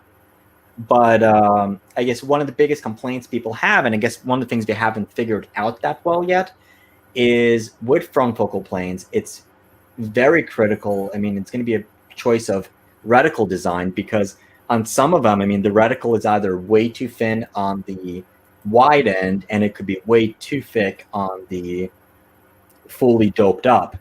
And it's actually interesting, even for this guy, the Arkin SH4 Gen 2, some of the comments are like, well, this is all great, but the reticle is way too thin on the wide end magnification. And that's absolutely true. And I guess at that point, it's really depending on your vision and what you're more comfortable with. And definitely with front focal plane scopes, I mean, it's much more dynamic, that there's more things to screw up, I guess, if you're trying to use a dirty reticle, or you're trying to range it, or you're trying to figure things out, versus just knowing, and then just, if you're shooting F-class, you generally don't need to range your misses. I mean, you pretty much are going to be dialed in, and you just want as fine of a reticle so you can put it exactly where you need to, versus NRL or PRS, where you need to be able to call your own shots, and you are going to be going from low magnification to high magnification, and targets of different sizes as well. All of those things are known variables in bench rest type shooting. Yep. And I'm going to say for ELR shooting, you really can go either way with ERL, because at that point it's personal preference. I chose to go more towards the first focal plane for ERL. But the simple fact of the matter is, sometimes I don't have somebody out there to call my shots for me. Sometimes I do. And what's nice about first focal plane, like Ian mentioned before, is your subtensions are always the same regardless of what magnification you're in. So for me, when I'm shooting out to 1,800 yards, my subtensions are the same regardless if I am on 12 magnification or on 20. So it just depends. For me, at that point, it's how much measurement do I have internally in my scope left after 0, and what do I need in my reticle to get me out to where I need to be. Yeah, I mean, it definitely makes it hella easy to sight in a front focal plane scope, because basically just pull the trigger roughly, you know where it is. Okay, there's the subtensions. I know how much you need to adjust it, and it works. What I will say, I will give a plug for our friend, Dark Lord of Optics, Ilya. A lot of people know him. A lot of people don't know that he has a YouTube channel, Dark Lord of Optics. He has a lot of videos, and actually his last one was on reticle design, and considering that he designed a number of reticles for companies including March. And which one did he do for March? So I know Ilya back from when we were worldwide distributor for March Optics. Okay, and I think he did a couple of the Ilya's awesome. Yes, he was my favorite guy to talk to about scopes. He's just a trip. He's awesome. Yeah, he's a really cool guy. It's one of the most recent ones. We have a super secret private content creator group that I started. So Ilya's in there, and that's why we all hang out. Well, tell him I said hi next time you talk to him. I will send him. I miss him at SHOT Show this year. You know, that's the only thing. Like, to be honest with you, I heard SHOT Show was canceled, and I was like, yes, yeah, we're actually going to get some stuff done this year, right? And then I started thinking about it, and I'm like, man, I don't get to see everybody I always see in January. You know, that's the only thing that like bummed me out about it. Yeah, like I said, it was a big group of us that were all going, and we're planning on a lot of collaborations. And like I said, fell through. And then Derek and I were like, we're still going. Forget SHOT Show, it's canceled. We're still going. We're gonna do some videos with Logan, West Desert Shooter. Go visit some people in the area, and then it was like, crap, this is the same time that inauguration is supposed to happen. All right, let's postpone it. So it looks like end of March is when we're going to do it. Awesome. So we'll do that. All right, so that's Ilya. And this was actually related to this. You should do an interview with Mike from Spawnfox Optics. Ilya has a pretty decent relationship with them. I believe Derek might have talked to them. I've talked to Swamp Fox. They're good people over there. We did so for our ongoing virtual SHOT Show. The first day we had John from Tracked Optics come on, and then we might have Right On come on, possibly Athlon. They did want to. It was just a scheduling issue. Arkin was a little too busy. Element, I'm trying to get them to come on. Once again, it's a scheduling issue, but we shall see. I had to subscribe to Ilya's channel real quick. There you go. Yeah, he's talked highly about you anytime I've mentioned that I have your guys' actions, and he's like, I know Ian. He goes, Ian's a good guy. He's like, I was greener than green when we started selling March scopes, man, and I had to learn really fast. That was probably one of the coolest crash courses was selling scopes and really learning the ins and outs of them. And that's probably one of the coolest parts of like my career so far was doing all that. But I can tell you this, I'm not sad to be out of that super high competition of the scope market. I mean, that is cutthroat. Oh yeah. Yeah. And his last video he just did, Reticle Talk. It was after the David Tubbs David segment Tubbs of it. He came on and talked about his reticle, and then Ilya brought up his, and me and him were discussing his reticle that he just did for March. Oh, nice. That's awesome. So, yeah, I've learned a lot from him on this type of stuff, and I'm just now getting into the Christmas tree style reticles and all that type of stuff myself. I've always been a traditional mil dot guy, so. Ilya was like one of the biggest fans of March scopes before like anybody really knew about it. We sent him a ton to review, and I'm glad to hear he's got a reticle in March because that's awesome. I'm gonna have to check it out. I'll have to email him and be like, hey dude, you got to send me a copy of your reticle. I want to see it, you know? He brings it up on the video. Yeah, he brings it up in the video. He talks about it. Okay, cool. Yeah, we went through like a whole 35-minute discussion about it. To be 100% honest with you, I kind of got my Vortex Razor Gen 2 with the EBR2C in it and haven't looked back. Oh yeah. Once you're used to something, if it works, it works. I'm looking forward to this right on 5 to 25 with the PSR reticle on it. Go ahead. I made you big. Go ahead and promote Right On, you as the Mr. Pro staff. Yes. See. Okay. No, I'm actually really looking forward to this one. This one they just launched last year. This is the X5 Conqueror. I also have the X3, which is on my son's rifle, that I'm putting together for him to use this year. This is his first year getting into NRL and PRS. So I'm really looking forward to this scope. I've had my heart set on it for a while. Yeah. I'd like to try a March. Don't get me wrong. I just don't really have $4,000 to invest on that right now. We had a guy walk in this shop yesterday, and he was asking about rifles, and he's in my office, and he looks in the one corner, and we've kind of outgrown our space. I mean, we've been there since 81, and we just keep adding on. And he looks in this one corner, and he's like, is that a pile of 18 March scopes? And I'm like, maybe. Like, we used to be the distributors, so I used to look at a wall of them, like 100 of them. Oh my god, it's crazy. I'd say, so, I mean, you're right. I mean, it seems like the optics world is very cutthroat. I mean, almost as bad as the suppressor market, but there, everybody hates each other. Yeah, that's the cool thing about like custom rifles is it seems like every one of us that builds parts gets along and gets along great. Like, we buy parts from Bat Machine, and people are like, how do you do that? They're competitors of yours. And it's like, we all get along. Like, we've all known each other for years. Like, we each have a part of the market. We all have niches. You know, we all share customers. Everybody tries everybody's new stuff, and it's honestly really cool. Like how friendly the custom rifle side of it is. You know. Unlike scopes and suppressors, they really do talk smack about each other. So here's the thing, though. Like, even in the optics world, I mean, like, most people don't really mention a lot of their competitors, and like you definitely don't have that in the firearm space.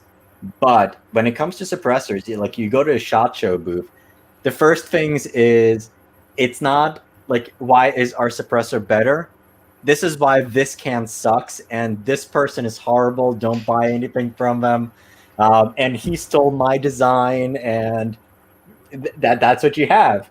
This is why I don't buy suppressors. I don't want to deal with the drama from it. Yes. Find the ones you like and stick with those. And Drew, going back to the question of, like, you should know the answer. Yes, they're just using you. It sometimes just comes off a little bit bad. But no, it's all about the front focal point, obviously. So. All right, so I think we covered most of those. So I guess we're in our chit chat portion now. Oh, actually, so you do sell suppressors though on your website, I saw, right? So we sold Delta P designs for a long time until they are not available to civilians right now. But we stock and sell AB suppressors now. Oh, and they're not on the website. No, I gotta change that. Yeah. So, Ian, let me see your list of things to update on the website. we had the lightweight extractorless model. Yep, I was laughing at that. That was pretty funny. But yeah, we got to get those pulled off. I actually did send an email to our web builder a couple weeks ago about taking that down, but they haven't done it yet, I guess. So you sell AB suppressors. What do you think of the Area 419 cans? I haven't ever tried one, to be honest with you. Yeah. I still shoot Delta P designs on my rifle because it's an 8.5 ounce large rifle caliber suppressor. It works great. It's 3D printed. That's the brand. So sorry to interrupt you. One of my FFL friends, he was talking about one of the 3D printed. They're mostly military, but it was supposed to be awesome. That's what it was. Okay. Yep. We may have a dozen of them in our safe for all different testing and stuff like that. But we've worked with Byron, the owner of Delta P, for a long time. He has a few of our rifles. We have a bunch of his suppressors. We help with testing. Anytime he needs anything like weird rifles built, we help out. So it's a lot of loyalty, but I mean, his suppressors, I've never shot anything like it. These AB suppressors we picked up really, really surprised me for the price point. They're an all titanium build. They're made in Kansas, and honestly, bang for your buck for a titanium suppressor. That AB is awesome, you know, and they use like a reflex mount that goes over the barrel and everything. So we've been really happy with those. We're also a silencer shop dealer, so I do all the NFA stuff at the shop, and we signed up for silencer shop. So if there's something on there and you're local to us, if you want to come to us, yeah, go for it. Well, I know I'm going to be getting one of your guys' breaks. Do you guys have the kiosk or no?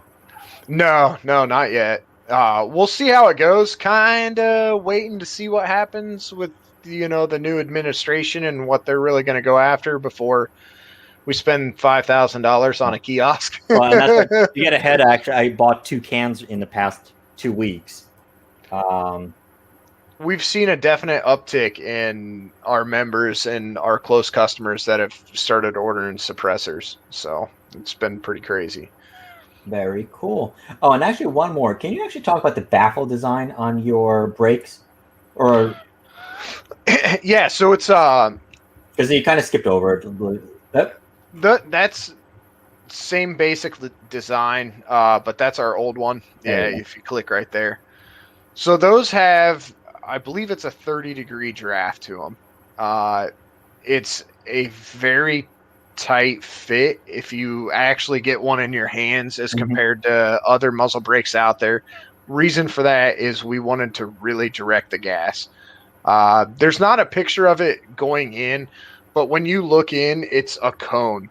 So it tapers inward from the muzzle and then goes to the bore hole and then out to the baffles.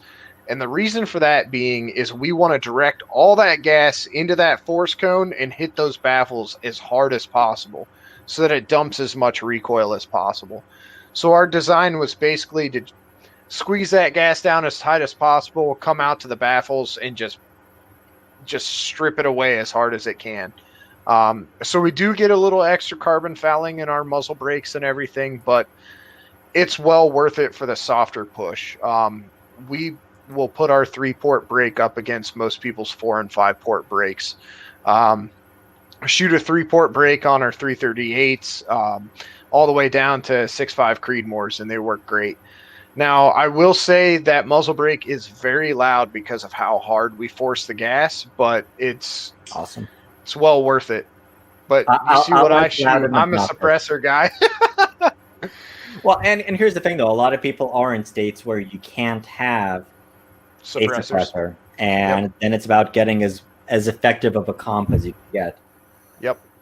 Very cool. We actually make them for AR-15s as well. So our 750 half 28 brake goes right on an AR-15. There's some videos on our Instagram page of us out shooting it. Okay. And the muzzle rise on it's barely any. So. So I'm gonna need one of these for a 6.5 Creedmoor. And your 223 is also good. It's big enough for a 6 mil as well. Yes. Okay. That's one of the questions you have to ask. So I guess one of the questions that will probably pop up by somebody is, so let's say, for example, somebody wants to, so especially with a self-timing brake, which is going to be easy to take on and off, how much efficiency is lost? Let's say, for example, if you just want to get one brake for your 308, and then you want to also use it with your 6.5 or your 6 millimeter arc. It's not huge. I mean, it's noticeable, yes, because your bore hole is going to be different. Like, so say on the 223 6 millimeter, the reason why we do it is because they're super close in size. So the hole that goes through that's going to be like a 273 hole, so that's 30 thou over bore of the 6 millimeter, which would end up being 50 thou over bore of a 223. And on most 223 brakes you check out there that you can find readily available online are, 40, 50 thousandths over anyways, because the muzzle threads have variations. So we do recommend that you check all of them with a range rod. The 6.5s are going to be like what are those? 264, 294 hole through it. Okay. So we typically run 30 thousandths over, which gives us a little better efficiency. But going from a 30 down to like, say a 6.5, it's not a huge difference that you're ever really going to notice. And I guess the same thing from a 338 to a 308. So let's say, for example, somebody wants to get one brake for a 338 Lapua and a 300 PRC or 300 Win Mag. Yep. There's no issue with that. You're not going to destabilize bullets or anything like that. So it's not a huge concern. You may lose 5-10% of the efficiency of the brake, but not enough to be like, nah, don't do that, But yes, if you can, buy more than one anyway. I guess the only thing I would think of is, so your 30 cals and your 6.5 are generally going to use 5/8 by 30, 5/8 by 24. Yep. I mean, there's some 6 millimeter could go both ways between half by 28 and that, but you generally will have a difference between 338 and a 30 cal. Well, my 338 is made for 5/8 by 24. Really? So. Okay. Yeah. Yep. Oh, I went that way because there's not a lot of companies doing 3/4 inch thread muzzle brakes. Yeah, 3/4 24 is really hard to find. Yeah. And same with like 11/16 32. So what's funny is we've been building rifles so long, like the standardization of muzzle threads is like a new thing, you know, because we used to get vice brakes and it was based off the diameter as compared to the contour of the barrel, what thread they would set on it. So that way they had as thick of a barrel as possible. So you're not taking down the structure of the barrel. Whereas now it's like throw a 5/8 24 or a half 28 on it and it's good to rock, you know. That way people can exchange muzzle devices and things like that. But we do a half 28 338 break. Yeah, I was just about to ask for the you on hunting that. rifles, and it's pretty thin, but it works. It gets the job done. Huh. You know, but for hunting rifles and stuff like that, you know, it looks a lot cleaner having a 750 diameter. But most of the time, I'll say we haven't sold any 750 half 28 338s because I don't think anybody owns a gun like that. But Oh, you know, yeah. we have sold. What did we bore one to the other day? We did a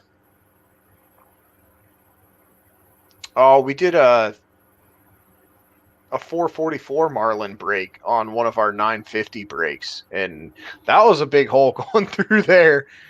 You know, that's a 474 hole through that thing. So it was almost a half-inch hole. You're killing me here. I'm gonna spend some money. Hopefully the wife's not watching. I'm sure she is. Oh, I know. Very cool. Just all these notifications. All right. We've crossed 3 hours. Yeah, I gotta take a trip into town. So That's like what? That's like a 2-hour ride for you? not that bad. No, half hour. Yeah, it's still daytime there, isn't it?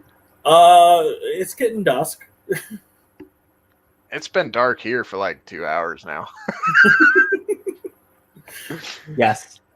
Yeah. Awesome. All right. So I think we're going to wrap this one up.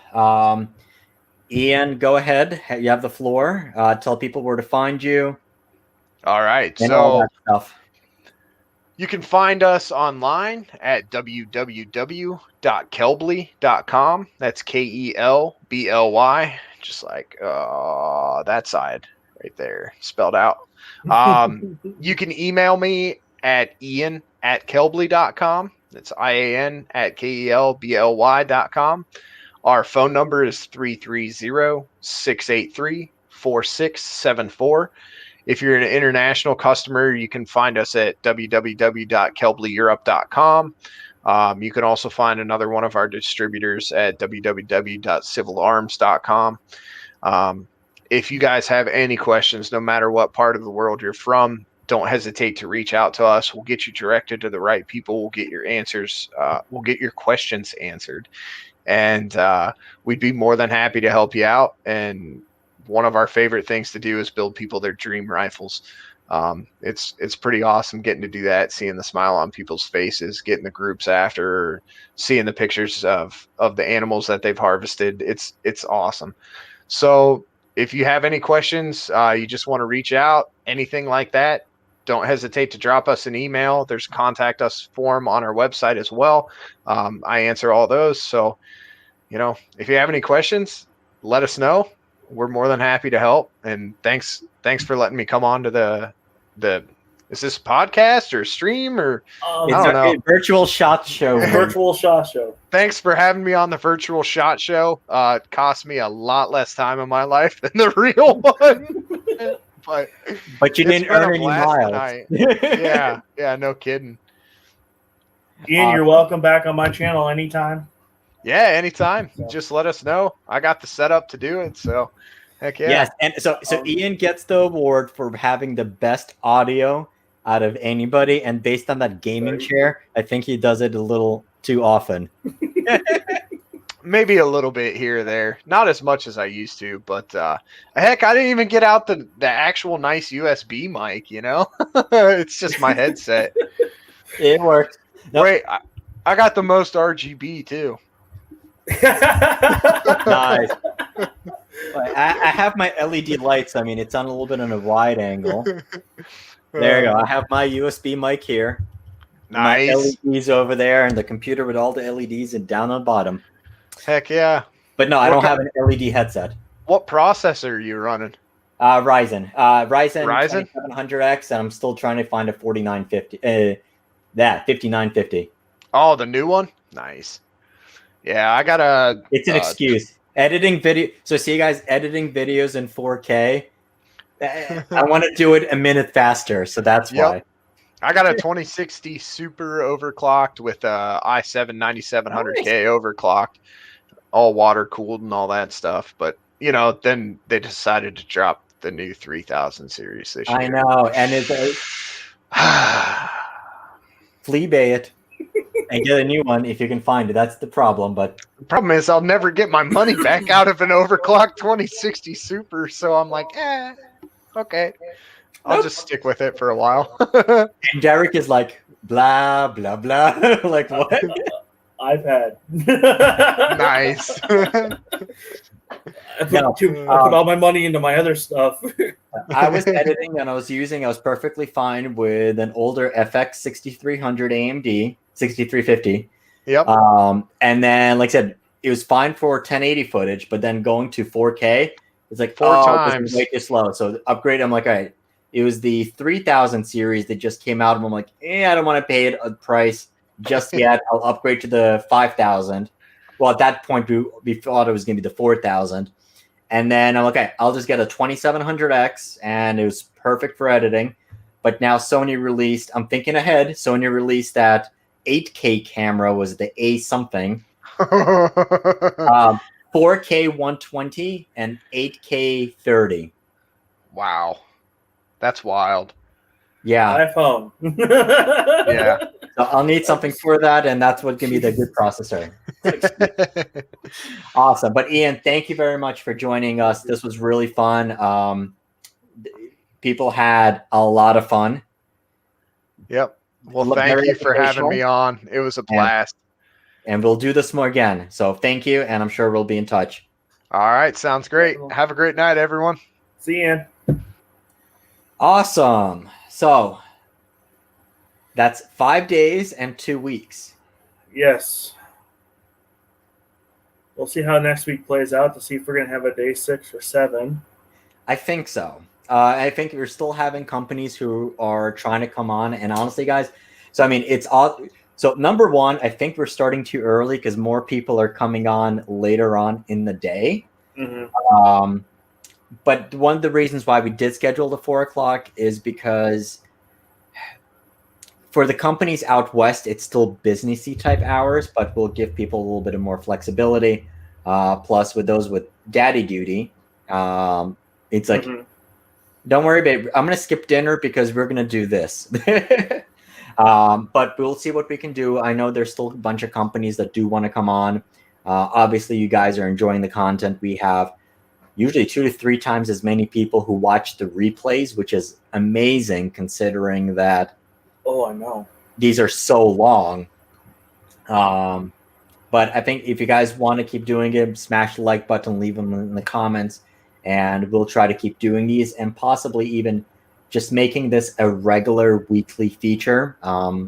As I talked before, I did want to have one live stream. And if we can have a guest from a company come on and talk about for products, and you guys can ask them questions, I'm absolutely all for that. And having Derek come on and keep doing these. I'm having a blast with it.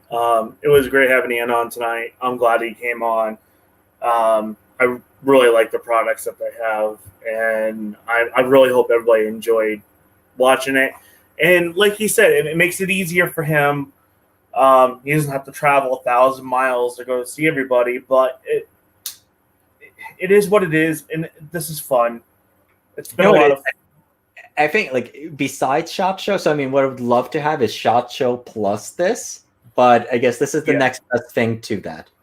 I'm thinking next year, maybe we set something up in the hotel room where every day after SHOT Show we can do like a featured item we like or something like that. When it comes to SHOT Show, I got everything packed. We're good. Okay. You newbie. So I mean, this was supposed to be my 13 for something SHOT Show. Something crazy. I'm kind of hoping they still have TriggerCon 20 2021 out here this year, but we'll see what Is that happens. usually? So that is usually end of July, I think we'll have it. and that is up in Seattle or just north of Seattle. So If Seattle still exists. right. And Rainier Arms puts that one on. They did a real 2018 was the second or third year they did it. 2019 they blew it out of the water. They had so many local companies join them, and it was like 2 floors. So I didn't get to go 2019, but I was supposed to go last year. That didn't happen. So, but we'll see what happens. Worst case scenario, I'm going to go down to Anarchy Outdoors a couple times this year. They're putting on a match in September. The NRL match partner. I believe they're doing one in the summer too. I'll have to confirm that with Aaron. I think they're doing a 22 match also. Cool. So what videos do you have coming out? I have the Pro Staff Gear video coming out tomorrow. Okay.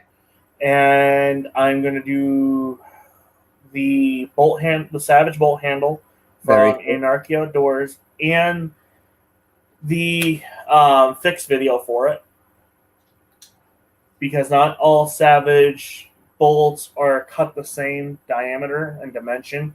Okay.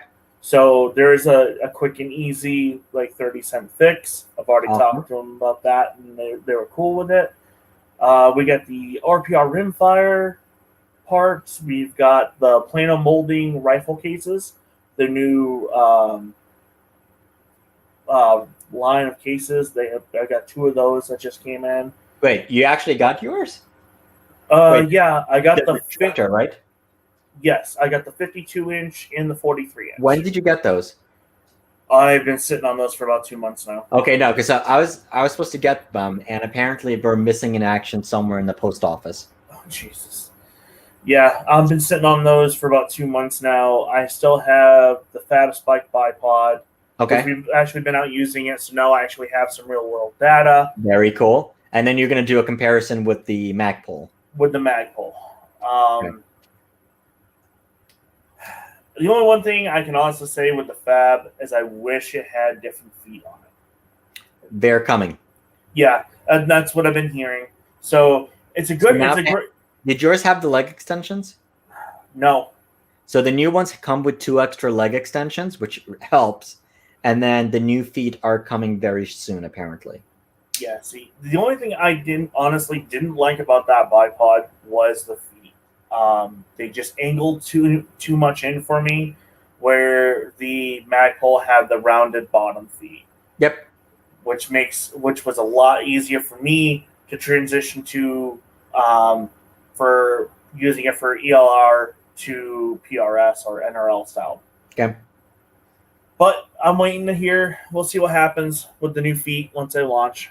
Cool. We got the wrap stock, which you've already done. We're working on that one, and the grip, Fab Defend, Fab. Yes, the Gratis grip. I don't remember the name of it. I'm trying to think what else, other products we got. I got the soft PRS rifle case from the company over in Norway. Oh, Alfrednar. Oh, thank you. Which I got to finish up the review on that one. Hopefully I'll have that one out in the next week or so. And then Alfrednar have been using their shooting mat, and that has been pretty nice.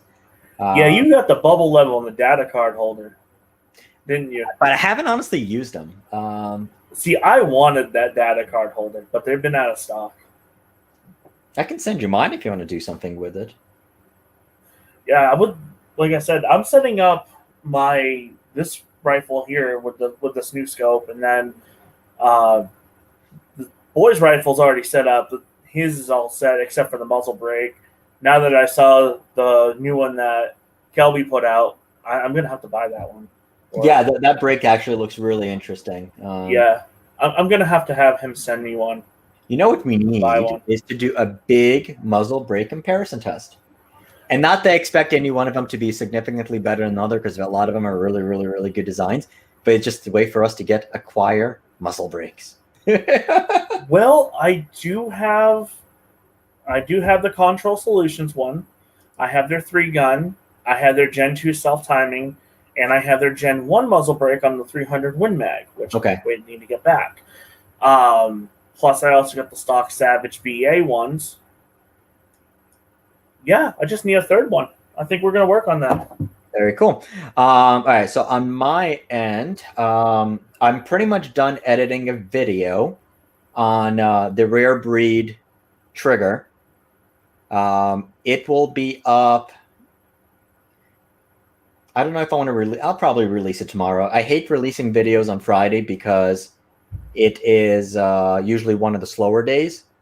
Maybe Sunday night, we'll see. But that video, so I'm only going to have a very short preview clip on YouTube. The full video is going to be on Odyssey.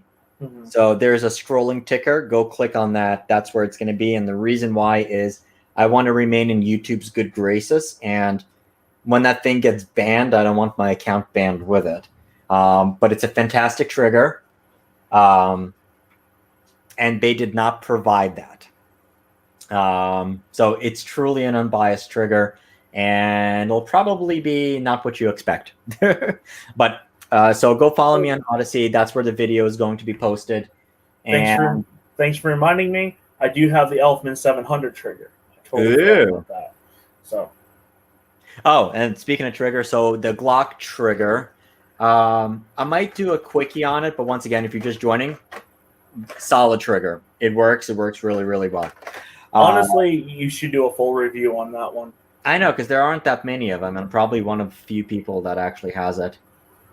All right, I'll do it. Fine. I'll try to put it up, but the one that's also pretty much going to be done is on Monday. Since Monday we try to do the precision rifle videos, I should have done the video on the picture that I posted, which was the upgrades for the Mossberg Patriot. And that has the very awesome Boyd's At 1 stock. It has the hold on. Well, plus I also got the Savage 110 precision video, and I got the 110 upgrades. Okay. So I forgot about that. That's a whole nother thing. So everybody does know the channel did purchase the 110. We did like that rifle a lot, so that one we did purchase. I'm not gonna lie about that one, so kind of have to do that. I am Mr. Savage, so I'm looking for the money shot. Oh, the picture you sent me earlier. Yes, there was like one that was like. Okay, this is good enough. Let me move it here and share screen. So that gun, look how pretty that is. So that's our $350 Mossberg Patriot. Boyd's At 1 stock, Element Helix, front focal plane scope, Patriot Valley Arms brake, Boyd's bottom metal to accept AICS, and we upgraded the trigger to a jarred trigger.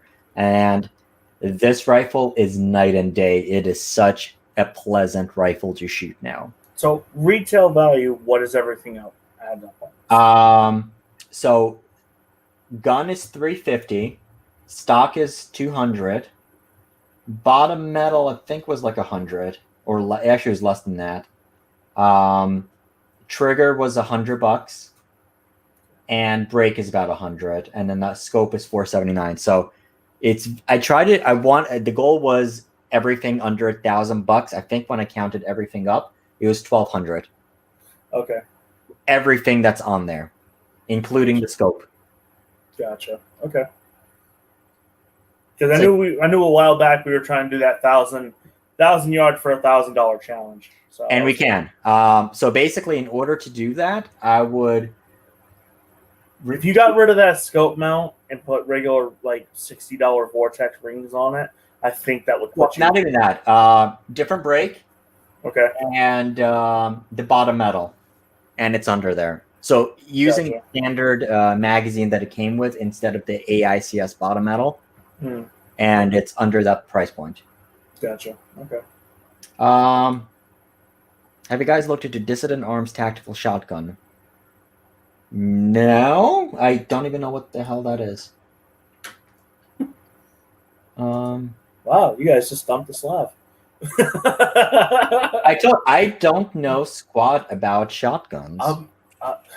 Mossberg 500s I've worked on for a long time. Remington 870s. Those are my two shotguns I've worked on the most. When it comes to anything gas operated, I just don't touch them. Oh, okay. That's why I didn't know. So they Gucci out. Drew, is this what you're talking about? They basically Gucci out the Vepr 12s. Yeah, that's an XLR stock. Huh. So I haven't used these. The Vepr 12s are awesome shotguns. If you're doing 3-gun, they're really nice, and it's nicer than Gucciing out. Yep, it's a Vepr 12 platform. It's better than Gucciing out a Saiga, and they're generally going to be more reliable than AR-based shotguns. They're a lot easier to tune also. The AK-based shotguns are. Being that I've done a couple Sega 12s. So, how much are they? From 16 to 3,700. Oof. Yeah, I'm good. I'll stick with my rifle. Well, but here's the thing, though. When you consider that a basic Vepr is going to be $1,500, this is actually not bad. The regular Vepr 12s, they're about $1,000 right now because you can't get any more in. Yeah. Well, I remember when you used to be able to pick up Sega 12s for like $500 or $600. Saiga, not Sega. Don't call it a Sega. Genesis. Yes, that's a Sega Genesis. This is a Saiga. So, this looks cool. I should reach out to them, or if you get a chance to play with them. All right. Would be cool. All right, 3.5 hours. We got our message. Yeah, and I gotta go do some running around before I gotta go to work tonight. So. All right, so I think we'll do this again next week. Okay. We'll see who we can line up, and we'll keep you guys posted. So, yeah. Day 5 is wrapping up. All y'all know me. Derek, go ahead for people who are watching the replay or watching you for the first time. You guys can find me on YouTube at Northwest Gun Reviewers, Instagram, Northwest Gun Reviewer. You can find me on Odyssey. You can find me on UEG2 and MeWe, LinkedIn, and a couple of social media platforms. Just basically look up Northwest Gun Reviewers, and I'm there. Awesome. And all of the links to both of our channels are down in the description. And then I'm getting him to try to change his. It's gonna be getting. I'm gonna have to convert it. I gotta wait till I get all the rest of the products done. There you go. Northwest Guns. Don't worry, everything's gonna get converted. It's gonna be Northwest Guns instead of Northwest Gun Reviewers. So awesome. We're working on it. Drew, thank you very much, buddy. Drew, Joe, people like Ryan, you guys have pretty much come on every single day, which is awesome. I know. I saw Drew over on Is Your Six Covered live thing one morning or one night over there too. He's cheating on me? That rat bastard. Well, I watched Rick over there. I was actually chatting with him on one of his morning ones. He was just like, "Why are you up?" So, maybe we can get Ray from X-Spring Customs to come on, talk about his bad MF bag he's got. We'll see. There's a list a mile long. Oh, I know. We'll get there. So there's two companies that do have pretty big product introductions, which is I want to get Savage on. They said they wanted to come on. It was just scheduling time. Okay. And want to bring on Rock Island Armory, and they have a similar shotgun to that Vepr. and I did cover their other shotgun, and possibly Timney if they have the time. But I will add it to the list. I will do a trigger video on that. The only other thing I need to do that's time sensitive wise is so that Ruger custom shop that I did the preview for. That's in a slight variation to the one that's publicly available right now. There are 2 videos I'm working on for it. One of them is a longer range precision testing video, and the second one is accessories for that gun, so the gun is made for a PRS shooter, but there's still things that I would do to it to Slav it out and to make it a little bit more conducive to longer range type shooting. So there's some accessories, and there's going to be a video on that. And beyond that, one of the things I'm working on is a video comparing the triggers that are available for the Ruger Precision Rifle. So traditionally, there's only been 2, besides the stock trigger, which was the Timney and the one by Jard, and now we have the Trigger Tech. So I have a video that was requested by Aaron from Anarchy Outdoors to do a video comparing the Timney, the Jard, and the Trigger Tech. So that's the game plan. Yeah, I think I will reach out to Timney and see if they can send me the one for the RPR rimfire. Yes. Because that would, between that and the Shaw barrel, would pretty much complete my build. Very cool. So. All righty. So you have all the channel links, and if I don't have a video tomorrow, if you don't do a video tomorrow, hope you guys have a really awesome weekend. Go out there and shoot if it's warm enough, but even if it's not warm enough, go man up and go shoot. And you'll see in the rear breed trigger, I had an underlayer, I had my Adidas hoodie, and then I had a ski jacket on top. And even though it wasn't supposed to be that cold, it was freaking freezing. But the stuff I do for you. And I think, actually, when is the end of the month coming? So that's going to be on Sunday. I think what we'll do is, besides the SHOT Show stream, we'll draw the winner for the Element Optics possibly either on Monday or, depending on when we're going to do our SHOT Show stream, either Tuesday or Wednesday. We'll take a look. So we'll draw the winner on that. And actually, maybe if we can get Element Optics to come on, and we draw the winner on, and we can talk about the new products as well. Haha. Why don't we see if we can get Element Optics on, so we can give them time to figure it out. Maybe, I don't know, Thursday. Yeah, we'll take a look. We'll take a look at the calendar for next week, and we'll go from there. So, obviously, thank you guys again. Derek, thank you for joining me. You're welcome, and as always, thank you guys for watching. Keep on squatting, and I'll see you in the next video.